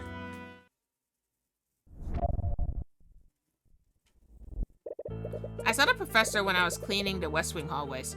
It was about 20 to 30 minutes before the body was discovered. She walked by me, but she looked pretty out of it. I heard she was undead when this happened. Pretty creepy, if you ask me. After that, she went into the empty classroom. Well, that was straightforward. Come on, Jan. What are we supposed to do with that? I don't know. You guys are lawyers. I'm just telling you what I saw. Mr. Cuthbert, you may begin your cross-examination.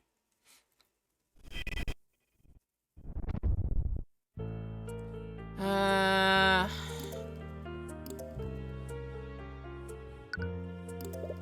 believe you've forgotten a few details about what the professor did. Yeah? Sorry, it's hard to remember these things sometimes. Which details should you ask?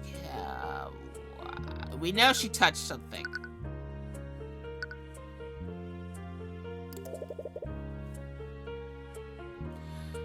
Did you hear her make any sounds? Oh, yeah. After she knocked over the vase, she yelled at me to be quiet. But I didn't even say anything. This detail could be extremely important. Please add it to your testimony, Mr. Hughes. Whatever you say, man. After that, she went into the empty classroom. I heard she was undead.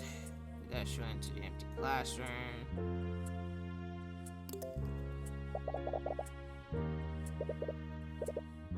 What? What? Where'd he add it?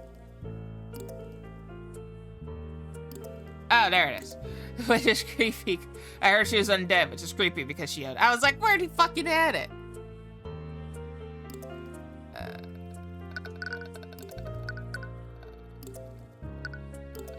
I got this, guys.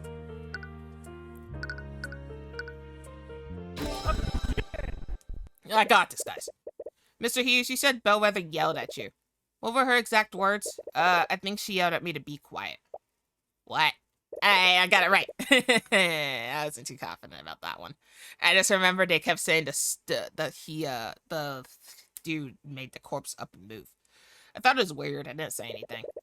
But I know better than to talk back to her. And that's the thing, Hughes. The prosecution's theory is as such. The professor was murdered in the library and was reanimated using animate corpse. With a quick illusion spell, no one would notice that she was undead. However, if what you saw was truly the undead Bellwether, how did she speak to you? Huh? This doesn't make any sense. Mr. Hughes, undead can follow simple orders, but they don't have the intelligence to speak. Perhaps the witness was mistaken. No, I'm sure I heard her yell at me. I remembered because what she said didn't make any sense. Exactly. He didn't say anything, but she still yelled at him to be quiet. Wait a minute. I'm afraid I don't understand. We've already established that the victim was dead long before her encounter with Mr. Hughes. But if what he saw wasn't an undead, what was it? It had to be an undead. What other explanation is there? It couldn't have been a major illusion. Otherwise, it wouldn't have been able to shove Jan out of the way, or knock over the face. Whatever it was, someone probably used illusory disguise to make it look like a Bellwether. Does that mean it was a person? No, if it was a person, how did Bellwether's body end up in the lecture hall?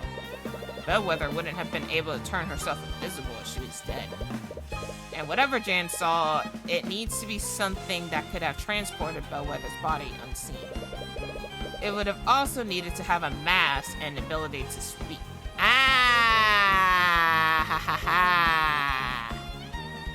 have realized what it is. Aha. It's those fucking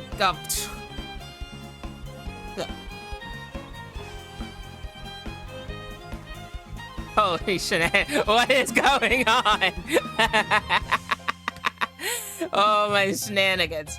Hi, Raiders. Hydrate or dihydrate. Jeebus. Jeebus. Guess I'm hydrating.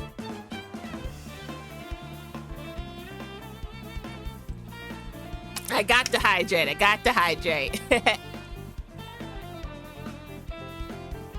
Hey, Jay. I got my hydrate on. Oh, my stars. Welcome to the spirit realm, punkish ghost. Oh my god, another ghost. Holy stars. Welcome, Raiders. I'm Althemia, a Hawaiian spirit VTuber. Oh, my stars. Ghost gang. Posture check. Yeah, I'm pretty postured up. I'm actually all the way at the back of my chair for a change. Ah, thank you for the head pats. Ghost gang. But I am Althemia, a Hawaiian spirit VTuber. I like to haunt the islands. And today we are playing Tyrion Cuthbert, Attorney of the Arcane, which is similar to the Ace Attorney series. Actually, it looks like an Ace Attorney clone. But it's still pretty fucking fun. I'm loving it.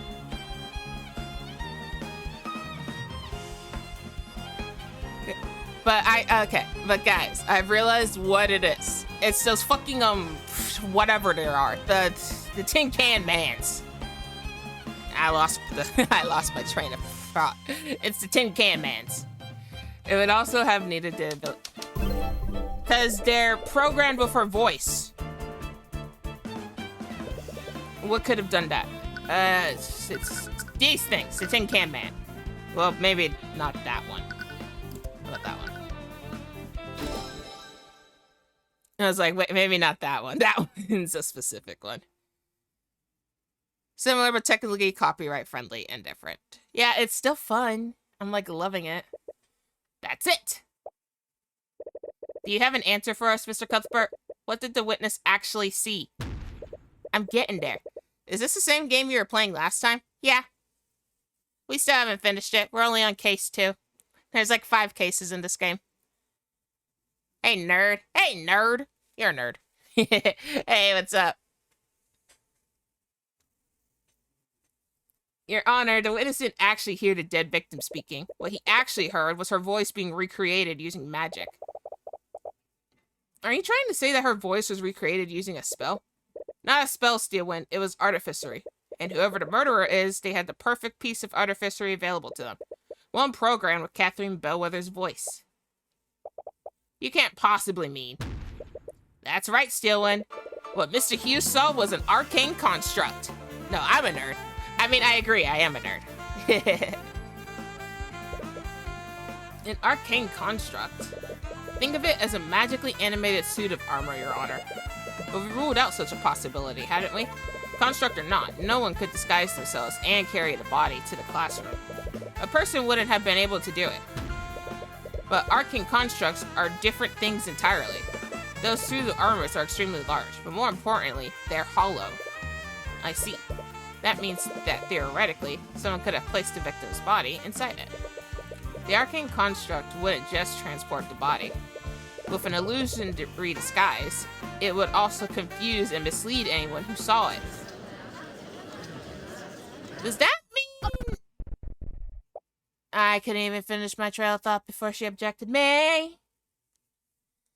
Does that mean... Okay, wait, hold up. If our thought process is correct,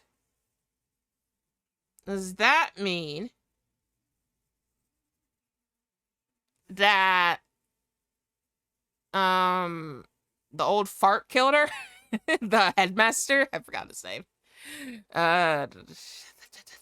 What's his name? Hang on. You guys can pause. I'm on the stuff here. Where is he? Him. This dude. Theodore Redmond. I did not kill her, no. I said old fart. You are an old man.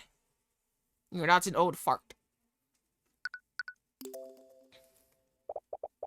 I commend your deduction, Mr. Cuthbert. I would have never considered that possibility.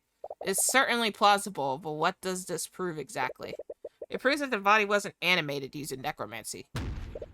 My client isn't the murderer. The defendant is still capable of performing all of the acts that you described. His compendium contains illusory disguise, after all. There were several students in the library that day. Any of them could have committed the murder. One might come to that conclusion if they didn't have one crucial piece of evidence. I'd like to present a new piece of evidence to the court. From under her table, you see Miss Steelman pull out the bloody rapier. Blood? Is that? Yes, Your Honor. This is the murder weapon. She was saving that for the perfect moment, wasn't she? This rapier was reported stolen by Miriam Frege weeks before the murder. And during the investigation, it was finally found.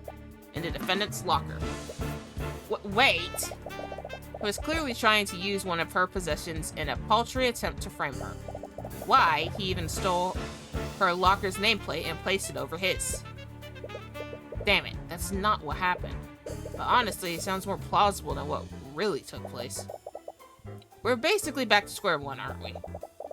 Anyone could have told that construct to do all those things. Wait, anyone? Is that really true? The construct transported the professor's body, and someone used an illusion to make it look like her. They even used a pre-recorded voice to make the illusion more convincing. Who ordered the construct to hide the body? I think Mr. Oldfart did it. You. Several memories flood back to you. Mr. Hughes, you said that Bellwether yelled at you? What were her exact words? I think she yelled at me to be quiet. She yelled at me to be quiet, but until then, we had always been nothing but courteous with each other. I don't know what got into her that day, but something put her in a foul mood. Be quiet. Sorry. Be quiet. Eris begins giggling. She seems amused by what's happening. The construct's voice is just a series of pre-recorded messages. I'm not sure if you noticed, but it uses the voice of Professor Bellwether. Unfortunately, you can't make them say anything other than what's recorded. There's that creepy thing. There's her doing that creepy thing. Only the headmaster can change those settings. No, it can't be him. What is it, Tyrion? Did you figure something out? I did. But is he seriously the one behind all of this? Miss Steelman, earlier you said that my client could have orchestrated this entire ruse.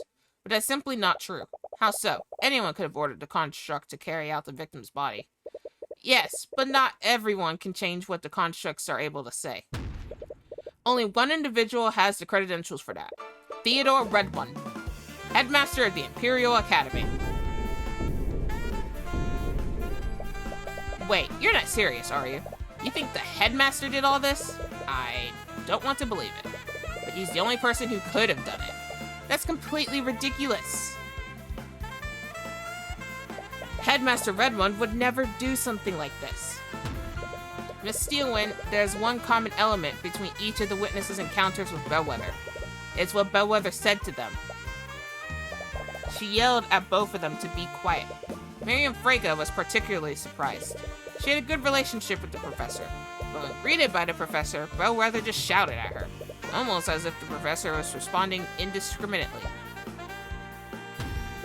And recall her encounter with Jan Hughes. The professor knocked over a vase and shouted at him to be quiet immediately after, even though he hadn't said anything. She was responding to the sound of the vase breaking.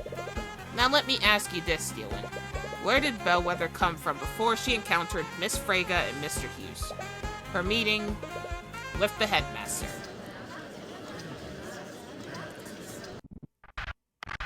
Gosh, I love these insane courtroom dramas. I love these games.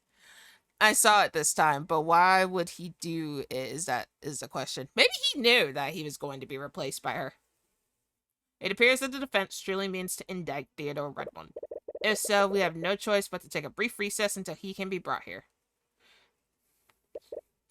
There's no need. Oh, he's already here. Fortunately for you, I'm already in the gallery. The headmaster stood up from the gallery seats behind you and slowly walked onto the witness stand. Has he been here the entire time? Now, please correct me if I'm wrong, Mr. Cuthbert. But do you think I am the one who committed this crime? I'm sorry, Redmond, but no matter how I look at it, everything I've found points to you. No, there's no need to apologize. In fact, I should commend you on the lengths that you're going to defend dear Wallace. The court appreciates your understanding, Mr. Redmond. Now then, to clear the air, I suppose I should give my testimony on what happened that day. Okay. That day, I had a meeting scheduled with the professor at noon. She showed up at the expected time, and we discussed various administrative matters. Our meeting went on for an hour, after which she left to prepare for her next class. Despite our many disagreements, we still know how to be civil with one another. After all, I had no reason to bear a personal grudge against her. I just can't see it. He seems like such a nice person. Is he really the person we're looking for? He has to be. No one else could have orchestrated this entire plot. We just need to find out how and why. I think I accidentally already said it. Because you do have a reason to have a grudge, because they were going to...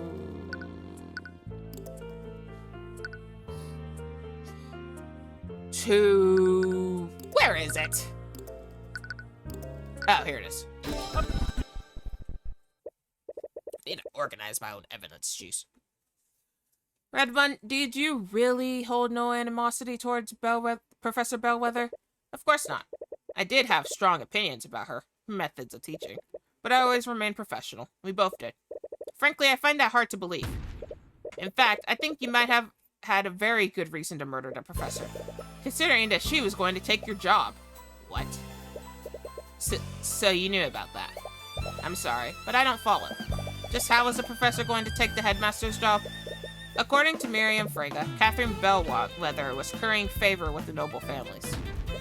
In fact, there was a plan to out Mr. Redmond and appoint Bellwether as the new headmaster of the academy. What? But in any case, I doubt that the headmaster had any idea of this until now. I like to remind the court of the witness's reaction just now. He said, so you knew about that. His reaction was one of surprise. But he wasn't surprised by this information. He was surprised that I knew this information. That's... Please, dear Aria. I may be a frail old man, but I'm perfectly capable of defending myself. If you have an explanation, Mr. Redmond, then by all means, I'd love to hear it. Gladly.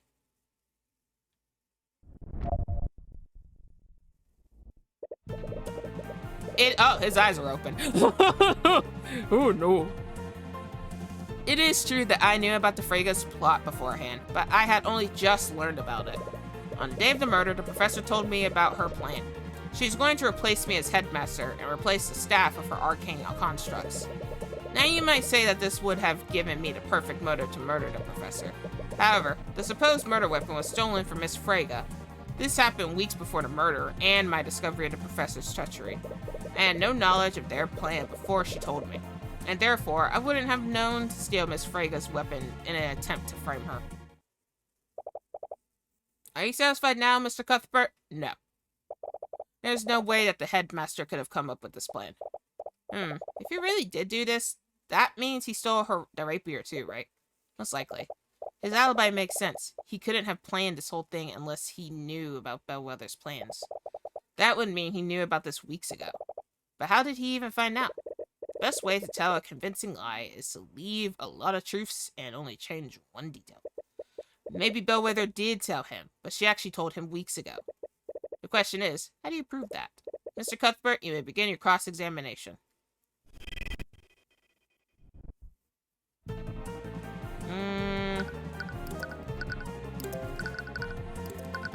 No. House Frege was planning to fire Headmaster Theodore Redmond and replace him with Catherine Bellwether. They were also planning to fire all of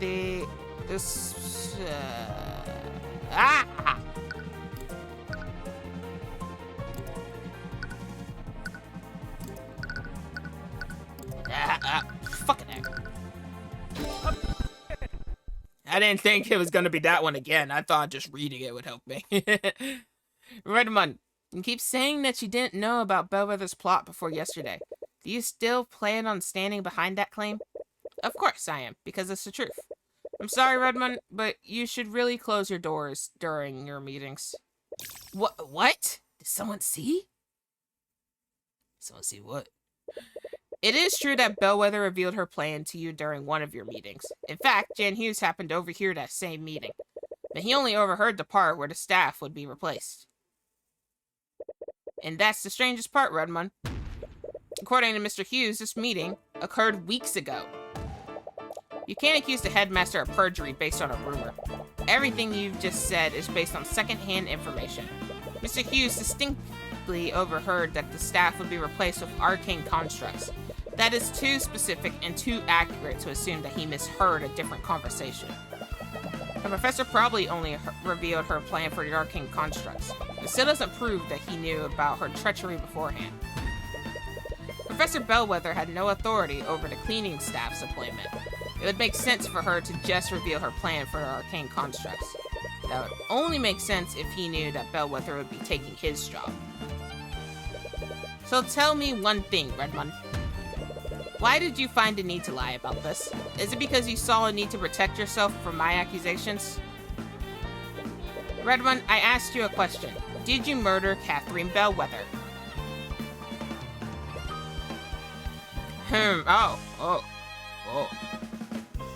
Oh, we're getting serious. We're getting a bit serious now. What a fine mess this is. I'm not done. Not yet. Headmaster? So, you truly plan on pushing this, are you? Well, your thesis sounded promising, Mr. Cuthbert, but I believe your arguments could use a little work.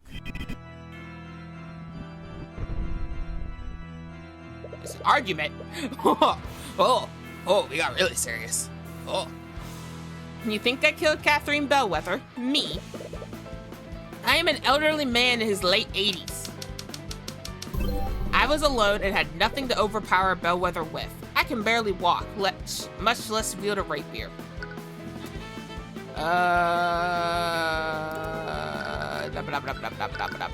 You had this fucking thing. But you and Bellwether weren't the only people in that room, were you? You needed the arcane construct to carry Bellwether's body. That means that the construct would have already been in your office. And with your privileges, you could have easily programmed the construct to stab Bellwether for you.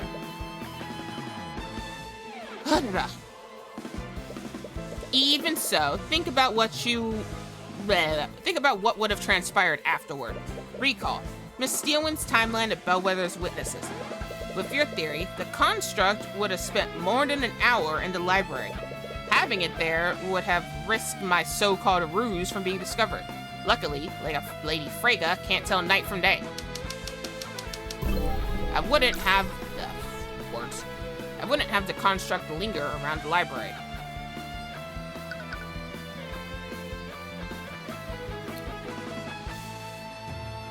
You didn't have a choice because the place was under lockdown. The timing deduced from Miss Frege's testimony is predicted on one thing. She saw Miss Bellwether's exit from your office after your meeting. However, if we assume that you're lying about when this meeting ended, your entire argument falls apart. Miss Frege would have encountered Bellwether after her death at 2:01 p.m. Miss Frege wouldn't have made a mistake like that. Miss Frege thought it was morning when she saw Bellwether. She can't reliably tell the time. But then, what about where the rapier was placed? If I was really the murderer, then that would mean I planted the weapon in young Wallace's locker. Several of the students had lockers there that I had access to. I wouldn't have placed incriminating evidence in that locker. Wallace is one of my prized students. If I had to frame anyone, he would be the last person I choose. Well, his nameplate was switched, and he probably just didn't look at the dumb thing. You're right, Mr. Redmond. You wouldn't try to frame Wallace, but you would try to frame Miriam Frege. It would have been the perfect act of revenge, wouldn't it? You murder your treacherous co-worker and frame the daughter of the family that helped her. But something went wrong, didn't it, Redmond? The labels on Wallace's locker and Miriam's locker were switched. Anyone who saw that would have easily mixed them up. I am the headmaster at the Imperial Academy. I have records of all the students' lockers and where they're located. There's no reason I would make a mistake like that. If I truly planned this, I would have known where Wallace's locker was. A simple change in labels wouldn't have led me to make a careless mistake like that.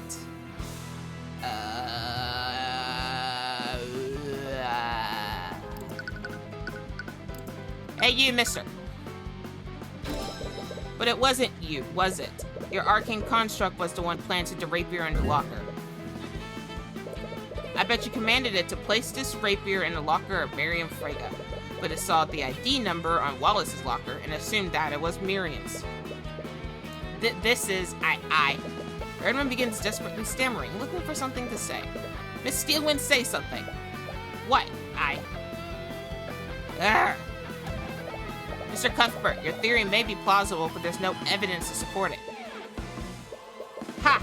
That's right, you don't have any proof, do you? This man getting more and more deranged by the minute. There's no evidence of my orders.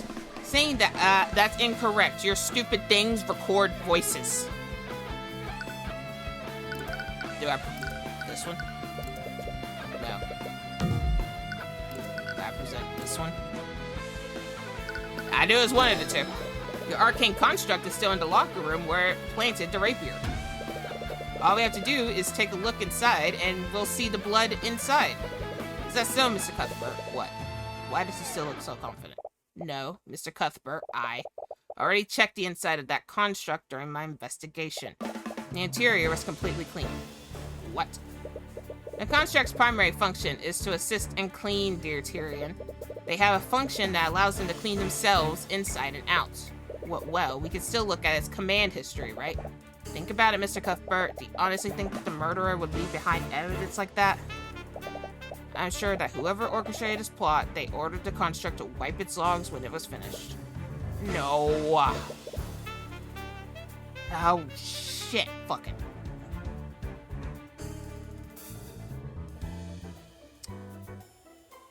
That's right, Mr. Cuthbert. Your case against me is theoretical at best. You're theoretical at best. But I suppose I could still give you marks for trying. Damn it, he thought of everything. Was he seriously able to get rid of all the evidence? You're running out of options, but you still have one tool left. Ha! It's unbecoming to glare like that, young Tyrion. He's doing it again. Bring yourself back to that moment with Garrick Pierce. Think about what's at stake for Wallace, just like you did with Celeste. His life and his future are in your hands. Not concealed. Ooh, we got the Empowered Eye back. You've activated the Empowered Eye again. Redmond did a good job of covering his tracks, but there has to be something that he forgot to get rid of.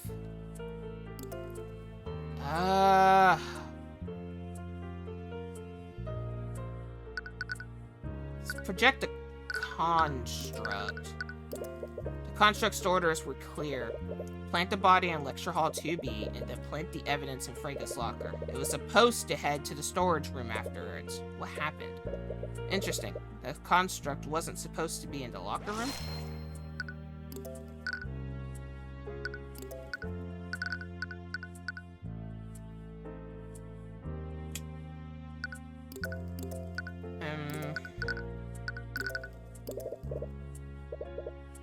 Shouldn't have been there if I had followed my orders. No matter, it wiped its logs. They have nothing on me. So he did order it to wipe its logs. In order to cover all of its tracks, it probably would have done this last. We still have the logs! Oh my stars, we still have the logs. It didn't complete its thingy-majigger. We still have the logs. I just started jumping around. Yes, Firedale, you are completely right. It would have done that after it was finished planting evidence in the locker room, but we found it in the locker room. The lockdown. Shit, where is it? There it is. Right, the body was probably reported earlier than Redmond expected. This means he probably started the lockdown before the construct was finished in the locker room.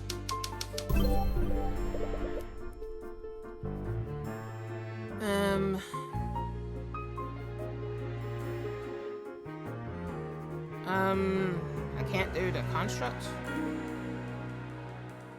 Redmond's series of complaints. was interrupted by the lockdown. Right, the series of commands would have been interrupted. Wait a minute. Constructs execute a series of commands in the order that they are given. But let's say one of those tasks is impossible to complete. When the construct gets to that task, it will deem the entire series impossible to complete. As a result, it will stop executing the series altogether. So if a task in a series of commands is impossible, then that command will interrupt this entire series. The construct's final command was to wipe its memory. But if its orders were interrupted by the lockdown, then... Miss Steelwind, I have nothing more to ask this witness. What? You're not giving up, are you? Do you even have to ask? Yeah, I thought so. But how are you going to prove he did it if he's not testifying? Don't worry, the next witness's testimony will be all I need. Next witness? That look on your face isn't one of defeat. Just what are you planning? Ha! It's nothing but desperate bravado. Now, if you'll excuse me. You've let your quarry get away, Mr. Cuthbert. I hope you know what you're doing. I do, Miss Steelwind. First, I'd like for the Inquisition to bring in the arcane construct in the Academy's locker room. We've already established that the murderer couldn't wipe its history. Please, just humor me for a second, Miss Steelwind. Very well. Bailiff, please relay Mr. Cuthbert's request to Commander White. Well, here's your construct. I hope you know what you're doing, Mr. Cuthbert. Construct. What are your orders? Please recite your command history. Reporting. Command 1. Stand by in Headmaster's office. Command 2. Await vocal signal attack from Theodore Redmond. You hear Redmond stand up from the gallery. Seeing this, the prosecutor watches him and carefully clutches the handle of her cane. Command 3. Treat Catherine Bellwether as a hostile entity and neutralize. Oh, she was not taking your shit. Before he can finish his sentence, the prosecutor points her cane at the headmaster. Magical energy shoots from it and collides directly with him. The magic reaves around his body and stops him from moving. He's clearly trying to struggle against it, but it looks like he can't even move his mouth. But Miss Steelwind, excuse the interruption. Please continue. Command 4. Await vocal signal. Leave from Theodore Redmond. Command 5. Move to classroom 2B. Reply to any inquiries with voice line 3. Command 6. Remove Catherine Bellwether from interior frame and place on floor. Thank you, Construct. You can stop now. I think we all know the rest. But just to be clear, who gave you the series of commands? Commands were provided by Headmaster Theodore Redmond. A. How? I ordered the construct to wipe its command history. Mr. Redmond, constructs don't follow the same logic that humans do. They're prone to error when their commands are impossible to execute. Impossible? In what way were my commands impossible? You were the one that made it impossible. You activated the lockdown system. The lockdown? The body was found earlier than you'd liked. You had no choice but to immediately activate the lockdown system when it was reported. However, the construct was still in the locker room when you did this, so that's why it was there. The construct finished its task in the locker room, but then it tried to follow your next command.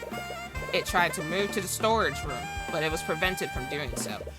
Completion of that command was impossible, so the series of commands was stopped before it wiped its history. You little... Theodore Redmond, you ordered your construct to murder Catherine Bellwether.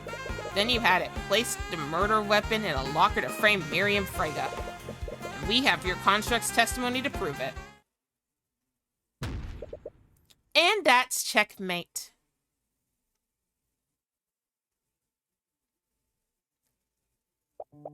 I can't believe it. How could you do something like this, Headmaster? She was going to take everything from me. My position, my academy, my students, everything would be gone. It was going to be stolen by her and the Fregas. Whoa. Ah, thank you for the raid. Not again. What are we doing? Thank you for the raid, Luna Moth. Here we go again. Hydrate or dihydrate.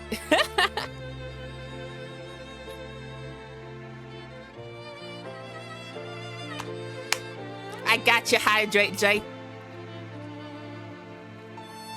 Hello, hello. Welcome in, Raiders. I'm Althemia, a Hawaiian spirit VTuber, and today we've been playing, we actually just finished, I think, the second case of Tyrion Cuthbert, Attorney of the Arcane. Which, if any of you guys know the Ace Attorney series, it's pretty much like that mixed in with some D&D spells. Everything would be gone. It was going to be stolen by her and the Fregas.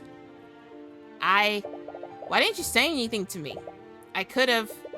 Don't you dare stand there and act ignorant, Lady Steelwind. Do you think the Fregas acted alone? Your father was a part of this plot, too. What? Yeah, but I got bumped. What'd I do? I did hydrate that.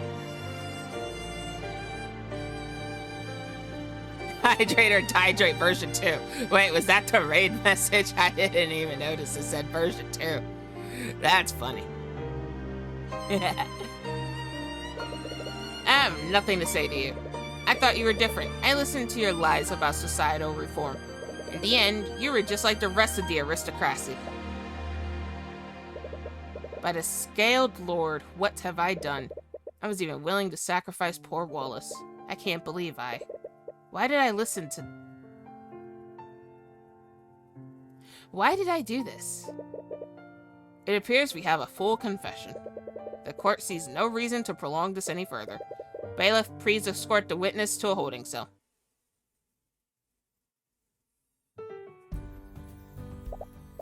Mr. Cuthbert, you really did it! It feels amazing, right? Like a big weight lifted from your shoulders. It does, but I can't believe the headmaster is the one who did this. Right, despite everything Redmond did, he was the one that allowed Wallace to pursue his dreams. I'm sorry. I'm sure this is bittersweet for you. What am I going to do now? Headmaster Redmond was the only reason I could ever even attend the academy. With him gone. Come on, don't think like that. You gotta quit it. I'm sure it'll all work out. You want to agree, but necromancy is basically taboo. Without Redmond's support, there aren't many places he could learn it legitimately. And then there's the Imperial Academy. Hey, don't you get all sad on me too. Sorry, I was just thinking. With Redmond gone, the Fregas will probably just appoint another Sky Sophant as the headmaster. Valentina, Valerie, and Jan, they're all going to lose their jobs. Come on, you found the truth and you put a murderer behind bars. You saved Wallace. She's right. As you start to exit the courtroom, you're greeted by Miss Tamora.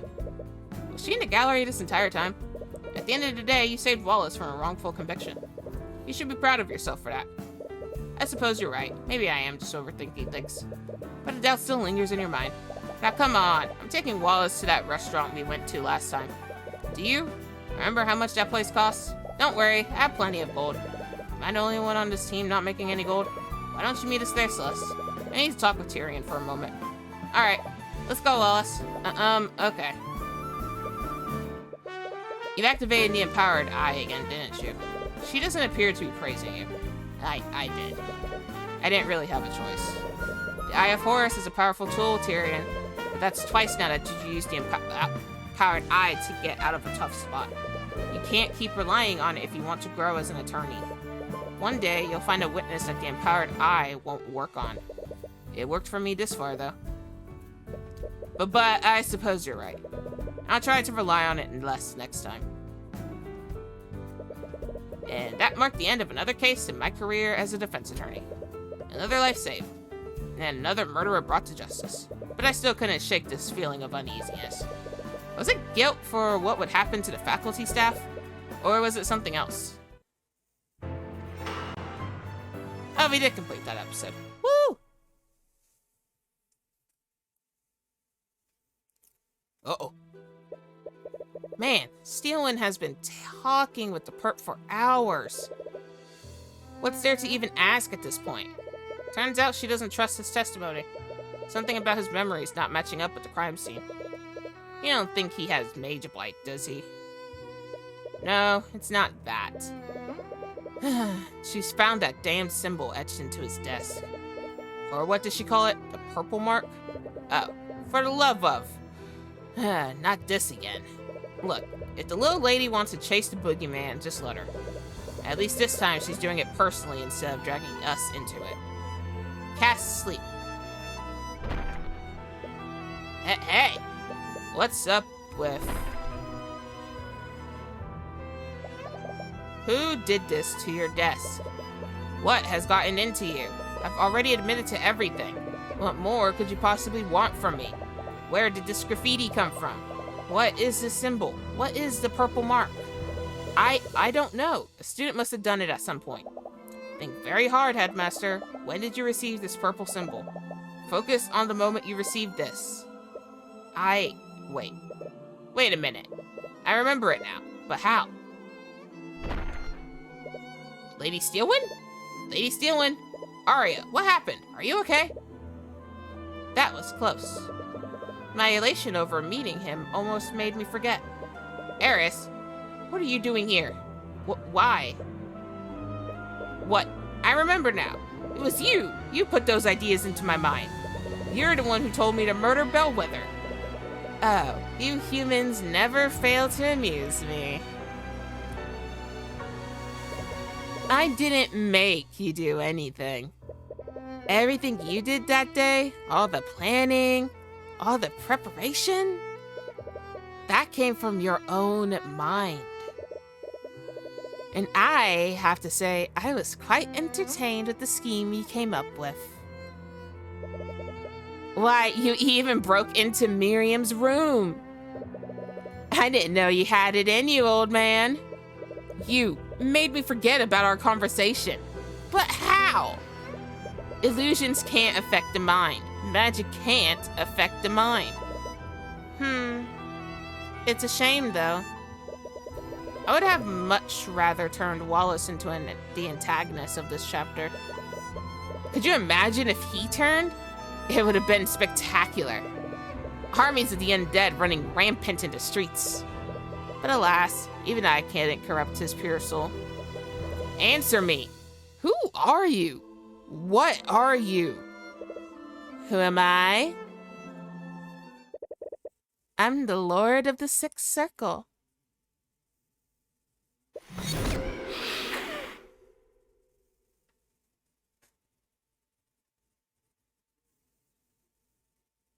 Uh-oh. I think we just lost Redmond. I think he's a bit dead now.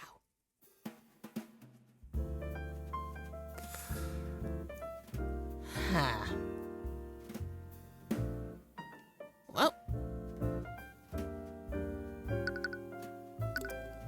We finished case 1 and case 2. At least case 3. You look like the one girl. Save. There is no save. We finished the case. And we got 3 cases to go, guys.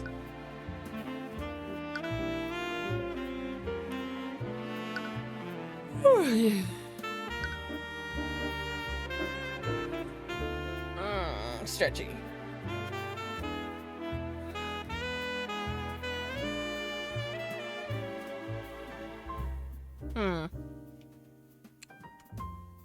We could go a little longer. Within 2 hours. Yeah, that's what I was thinking. I was like, usually our streams go for 3 hours. Let me check the schedule. When's our next time streaming this? I think it's Wednesday.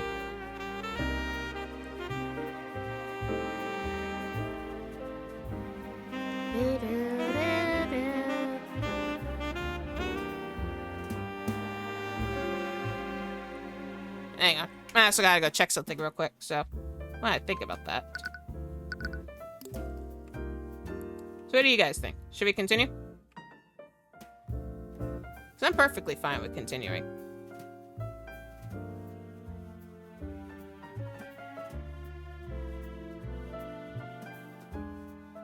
Ba, ba, ba, ba, ba, ba, ba, ba. Ba, da, da, da. This smooth jazz music, it kills me every time.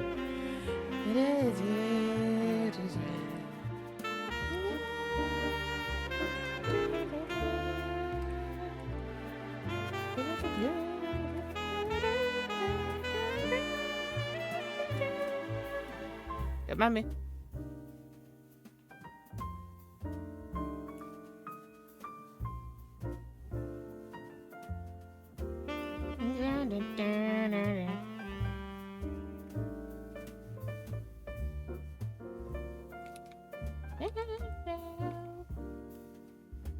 Ba-ba-da, ba-ba-ba. Ba-da-ba-ba-ba-da.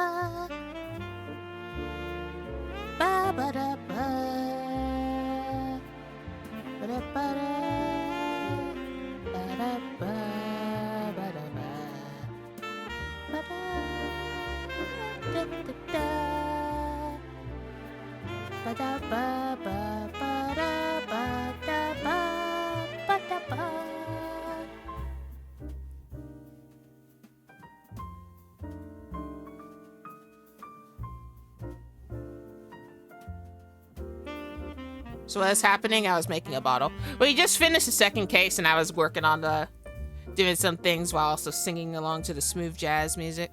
We're about to start the third case. Seeing if I could get some things working on the Discord side of things, but Discord decides to be a poopy head. But that's fine. Discord can be a poopy head, because I will bonk it upside the head once we're done.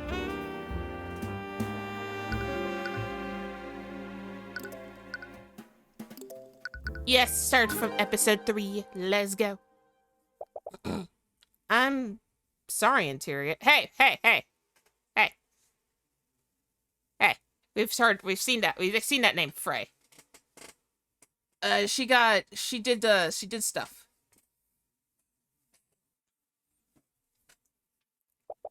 There were so many things that I wanted to tell you. So many things that I wanted to show you. But I'm afraid that I can't do that now. I need you to be strong now. This world is bleak, merciless, and unforgiving. But I've seen you. I know how bright the light within you is. Use my eyes, peer beyond the divine gate as I once did. Use it to reclaim the future. Ooh. The origins of Horus. Preposterous. Completely and utterly preposterous. Is something wrong, Lord Von Sanctus? You filthy rat. You cheated, didn't you? That's right, you're just a cheat. A cheat and a charlatan. Lord Von Sanctus, occupation nobleman. Do you have any evidence to prove that ridiculous claim? I mastered chess before you could crawl out of whatever rat hole you came from. Do you honestly expect anyone to believe that you could defeat me? Honestly, I'm just as disappointed as you are. I was expecting more of a challenge from House Von Sanctus. But I suppose all the gold in the world can't buy you a modicum of skill. You little upstart! Ow! Ahem. Von Sanctus' acquaintance clears his throat and gestures subtly to the crowd of spectators. Everyone's attention is on him, and you can see the crowd muttering amongst themselves. His undignified behavior probably isn't doing any favors for his public image. Since Lila redeemed his save, Since Lila redeemed his save earlier, I will save this though. We go to the third one, because it's the third. And because I accidentally clicked buttons. Realizing himself, he tries to regain his composure. Humph, it's preposterous. He walks away, muttering the word preposterous under his breath a few more times. It sounds like he's trying to reassure himself more than anyone else. So, that was something. Yeah, I knew that he'd get angry, but I didn't expect him to make a scene like that. Well, you did insult him. Not to say that he didn't deserve it. Come on. I love seeing these conceited nobles lose their minds when I beat them. It's half the fun of playing these tournaments. Wow. Where's his confidence when we're in the courtroom? Court cases are different. I have to deal with real-world elements during a trial, and that includes Prosecutor Steelwind. Prosecutor Steelwind, huh? I wonder if she plays chess. Now there's a thought. You wonder if she'd be willing to play against you sometime. She can't be any worse than these pampered nobles. Anyways, we should celebrate somewhere in town. Even if he was a pushover, you just beat one of the top-ranked chess players in the kingdom. To be honest, you had your reservations about returning to the city of Arunex. If you weren't facing one of the 4 pillars, you would have never come back here. You'd rather leave the city as soon as possible. I saw a cafe while we were walking around. The food smelled great. I'd really like to go there. We could always go to one of the cafes in the capital. There are plenty of places to choose from there. Trust me, I've traveled around the world. There's nothing better than food from a thriving port city. Alright, I suppose there's no harm in staying a little longer. She does have a point. The city streets seem livelier than when you last saw them.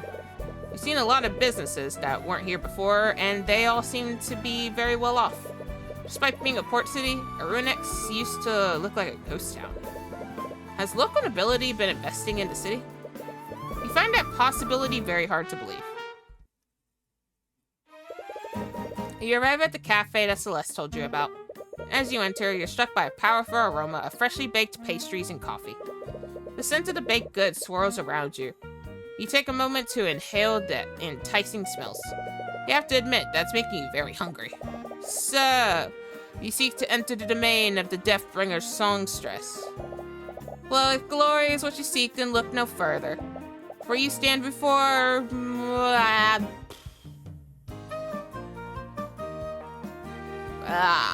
something to door, Dark Lord of Arunex.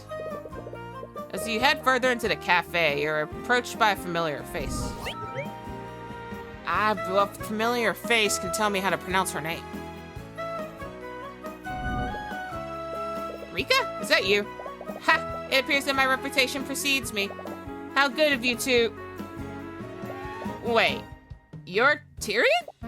You're back? Hi. Why didn't you tell anyone that you were back in town? Do you have any idea how worried we've all been? Do you two know each other? Right. Celeste, this is Rika Tudor. I was friends with her when I lived here many years ago. Wait, you used to live here? Yeah, Arunex is actually the town I grew up in. What? But you were in such a hurry to leave before. You came here to eat, right? If you're still hungry, I can bring you some of our best dishes on the house. No, I couldn't possibly. Come on, don't be like that. It's been years since I've seen you, and you know how good my food is. Okay, but only for a little while. Rika sets a table for the 3 of you and calls over a waiter. You all place your orders. Now tell me everything. I want to know all about what you've been doing since you left. So, are you going to introduce us? Right. This is Celeste McCoy. She's my bodyguard. Bodyguard? And Celeste, this is... Ha! As if you need such introductions. I am Rika Tudor, Dark Lord of Arunix, High Archmagi of the Cadmium Flames, and proud proprietor of this cafe. Man, words. Oh, okay. I was friends with her when I used to live here. She's a little eccentric, but she's a good person at heart. Hey! She's also a common folk mage like you. Ah, so you come from the same humble beginnings that I do. Which spells have you mastered? I haven't really mastered any of them. I know about 7 spells though. 7? That's almost 4 times the amount that I know. She's learned even more spells? She's been picking them up rather quickly. I've been surprised. Spurred. Look at you, Mr. Big Shot. You're wearing a suit now. And you even have a bodyguard. Did you get an office job in the big city? Something like that. I'm actually a defense attorney now. A defense attorney? I see. Is that why you left town with that scary lady? Scary lady? Are you talking about Ruby? Miss Tamora adopted me when my mother passed several years ago. After that, she began training me to become an attorney like her. Wait, you've been studying to be an attorney since you were a kid? Well, I guess that explains why you're so young for a lawyer. Said the 19-year-old mercenary. Yeah, I guess you got me there.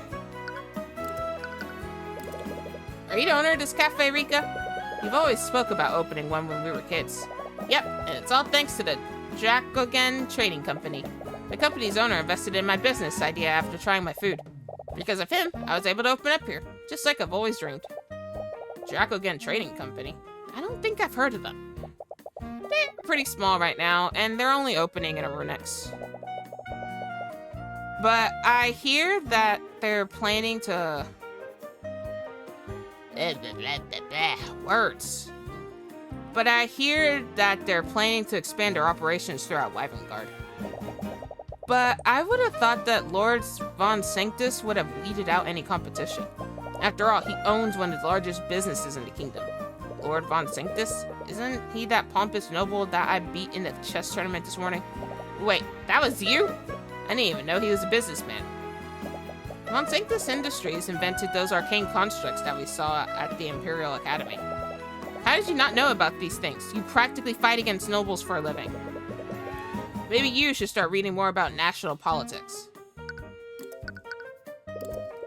Is it just me, or does this city look less depressing than before? Alright, you left the city before the new merchants appeared. New merchants? Like merchants from a merchant's guild? Yeah. The Dracogen Trading Company was one of the first ones. They started opening here and brought the Arcane Refinery a few years ago. After that, merchants from all over Wyvern started coming here. Well, being based in a port city would definitely give them an edge. And their presence has really helped the city's economy. They are owned by the nobility, and they pay their employees a lot more than Von Sanctus does. It's really improved the quality of life for the people here. I doubt Von Sanctus appreciates the competition, though. There's even talk about forming employee-run unions. Oh, Von Sanctus definitely won't appreciate that. So, you still play chess? Yeah, I'm nationally ranked too. I heard that an upstart commoner defeated Lord Von Sanctus at a tournament this morning, but I had no idea they were talking about you. An upstart commoner? The name suits you, Tyrion. Hey, do you still do that thing when you play? No. What thing? Nothing? She's not talking about anything? Wait, you're actually embarrassed about it? When we were kids, you did it even more than I did. What? What did you used to do? Why don't you show her, Tyrion? I'd rather not. Come on, show us, Tyrion. I think I'm a little too old for this. You're never too old to tap into your inner Chuny. Do it, Tyrion. Yeah, do it. The two of them begin chanting, trying to pressure you. It draws the attention of the other patrons in the cafe. They don't seem to care about the confused looks that they're getting. It seems that you don't have a choice. You take in a deep breath. Those who stand in the shadows, those who fear the light of divinity, your imperials will fall and your armies will perish. Kneel and cower before the divine gaze of the Eye of Horus. snicker. They're trying their hardest to contain their laughter. Well, that's why I don't do it anymore. No, that was great. It was really cool, Tyrion. Her poorly contained laughs are coming out between each word. Now, why are you laughing? You were just doing it a moment ago. Yeah, but she owns it. Ugh. You used to say something else before, too. I won't let anyone stand in my way, even if they're a man, king, or god. Yeah, that's it. He still says that sometimes. Oh, looks like our order is here. A waiter brings in the lunch special for each of you. The enticing aroma of meals make you salivate a little. You gladly devoured a meal, because cooking is just as delicious as you remembered. You spend some more time catching up with her while you finish your meal. As the conversation continues, you and Celeste regale her with the stories of your past court cases. No, really? Yep, it turned out that it was the headmaster the entire time. Wow. I would have never figured that out. How did you know, Tyrion? Maybe he saw it with his eye of Horus. You nearly choke on your drink before you realized that what she's actually referring to. But wow, I can't believe it. I never thought court cases could be that dramatic. You finish your meal as you continue to tell Rika more about your cases. It's nice being able to talk with her again.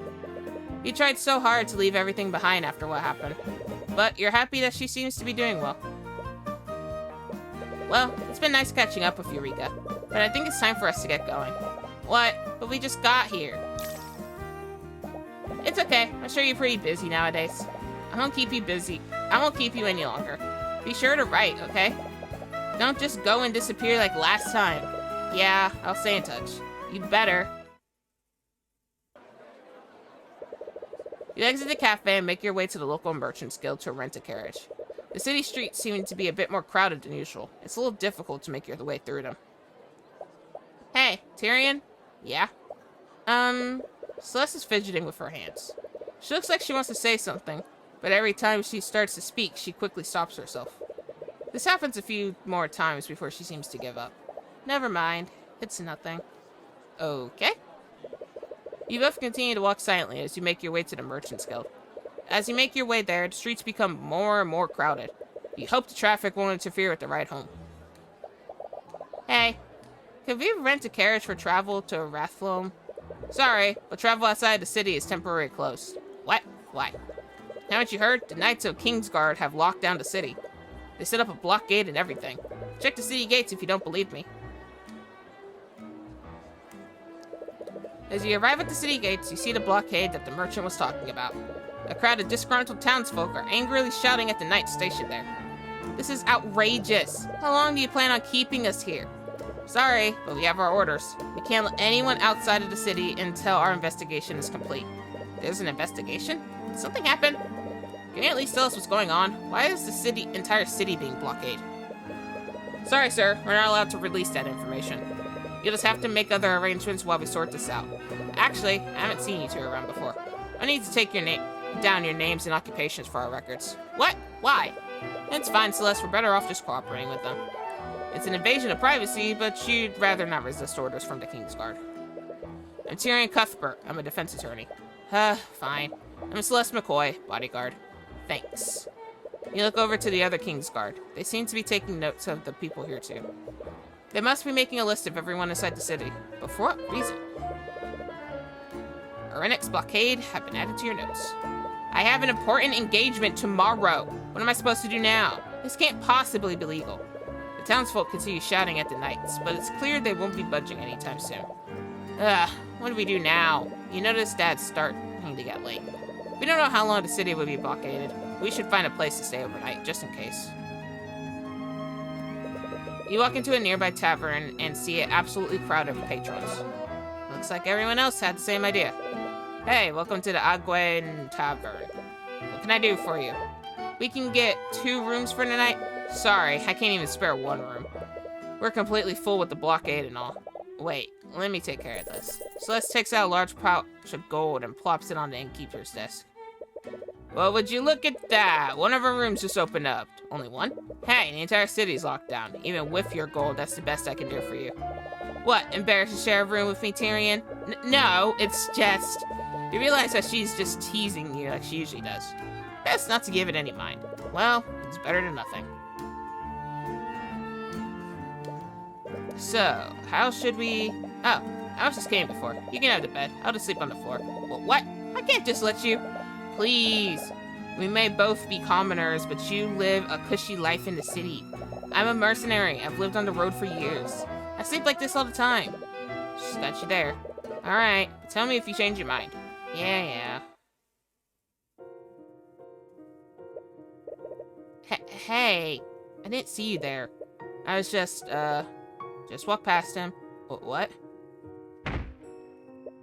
Hey, watch it. Quit shoving me. Wait, whoa. Holy crap, pull me up. I can't hold on for much longer. Ah, you idiot, what are you doing? What? Grab his arm and pull him up. Ah, my hand. What the hell are you doing? Your grip is too tight, stop that. Wait, I can still... No. No. What happened? I should have been able to... By the scald lord, he fell in. No, I can use this. That's right, I can still make this look like it was all his fault.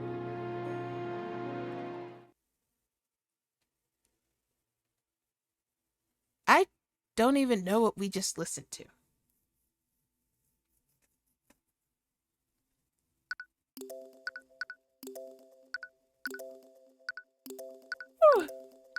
But I don't want to get too much more into the case.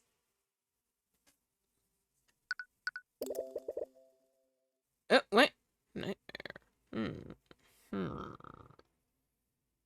Nah, I don't want to say it too much further into the case. No, don't exit the application. And I guess you much into the case. So we shall leave that there.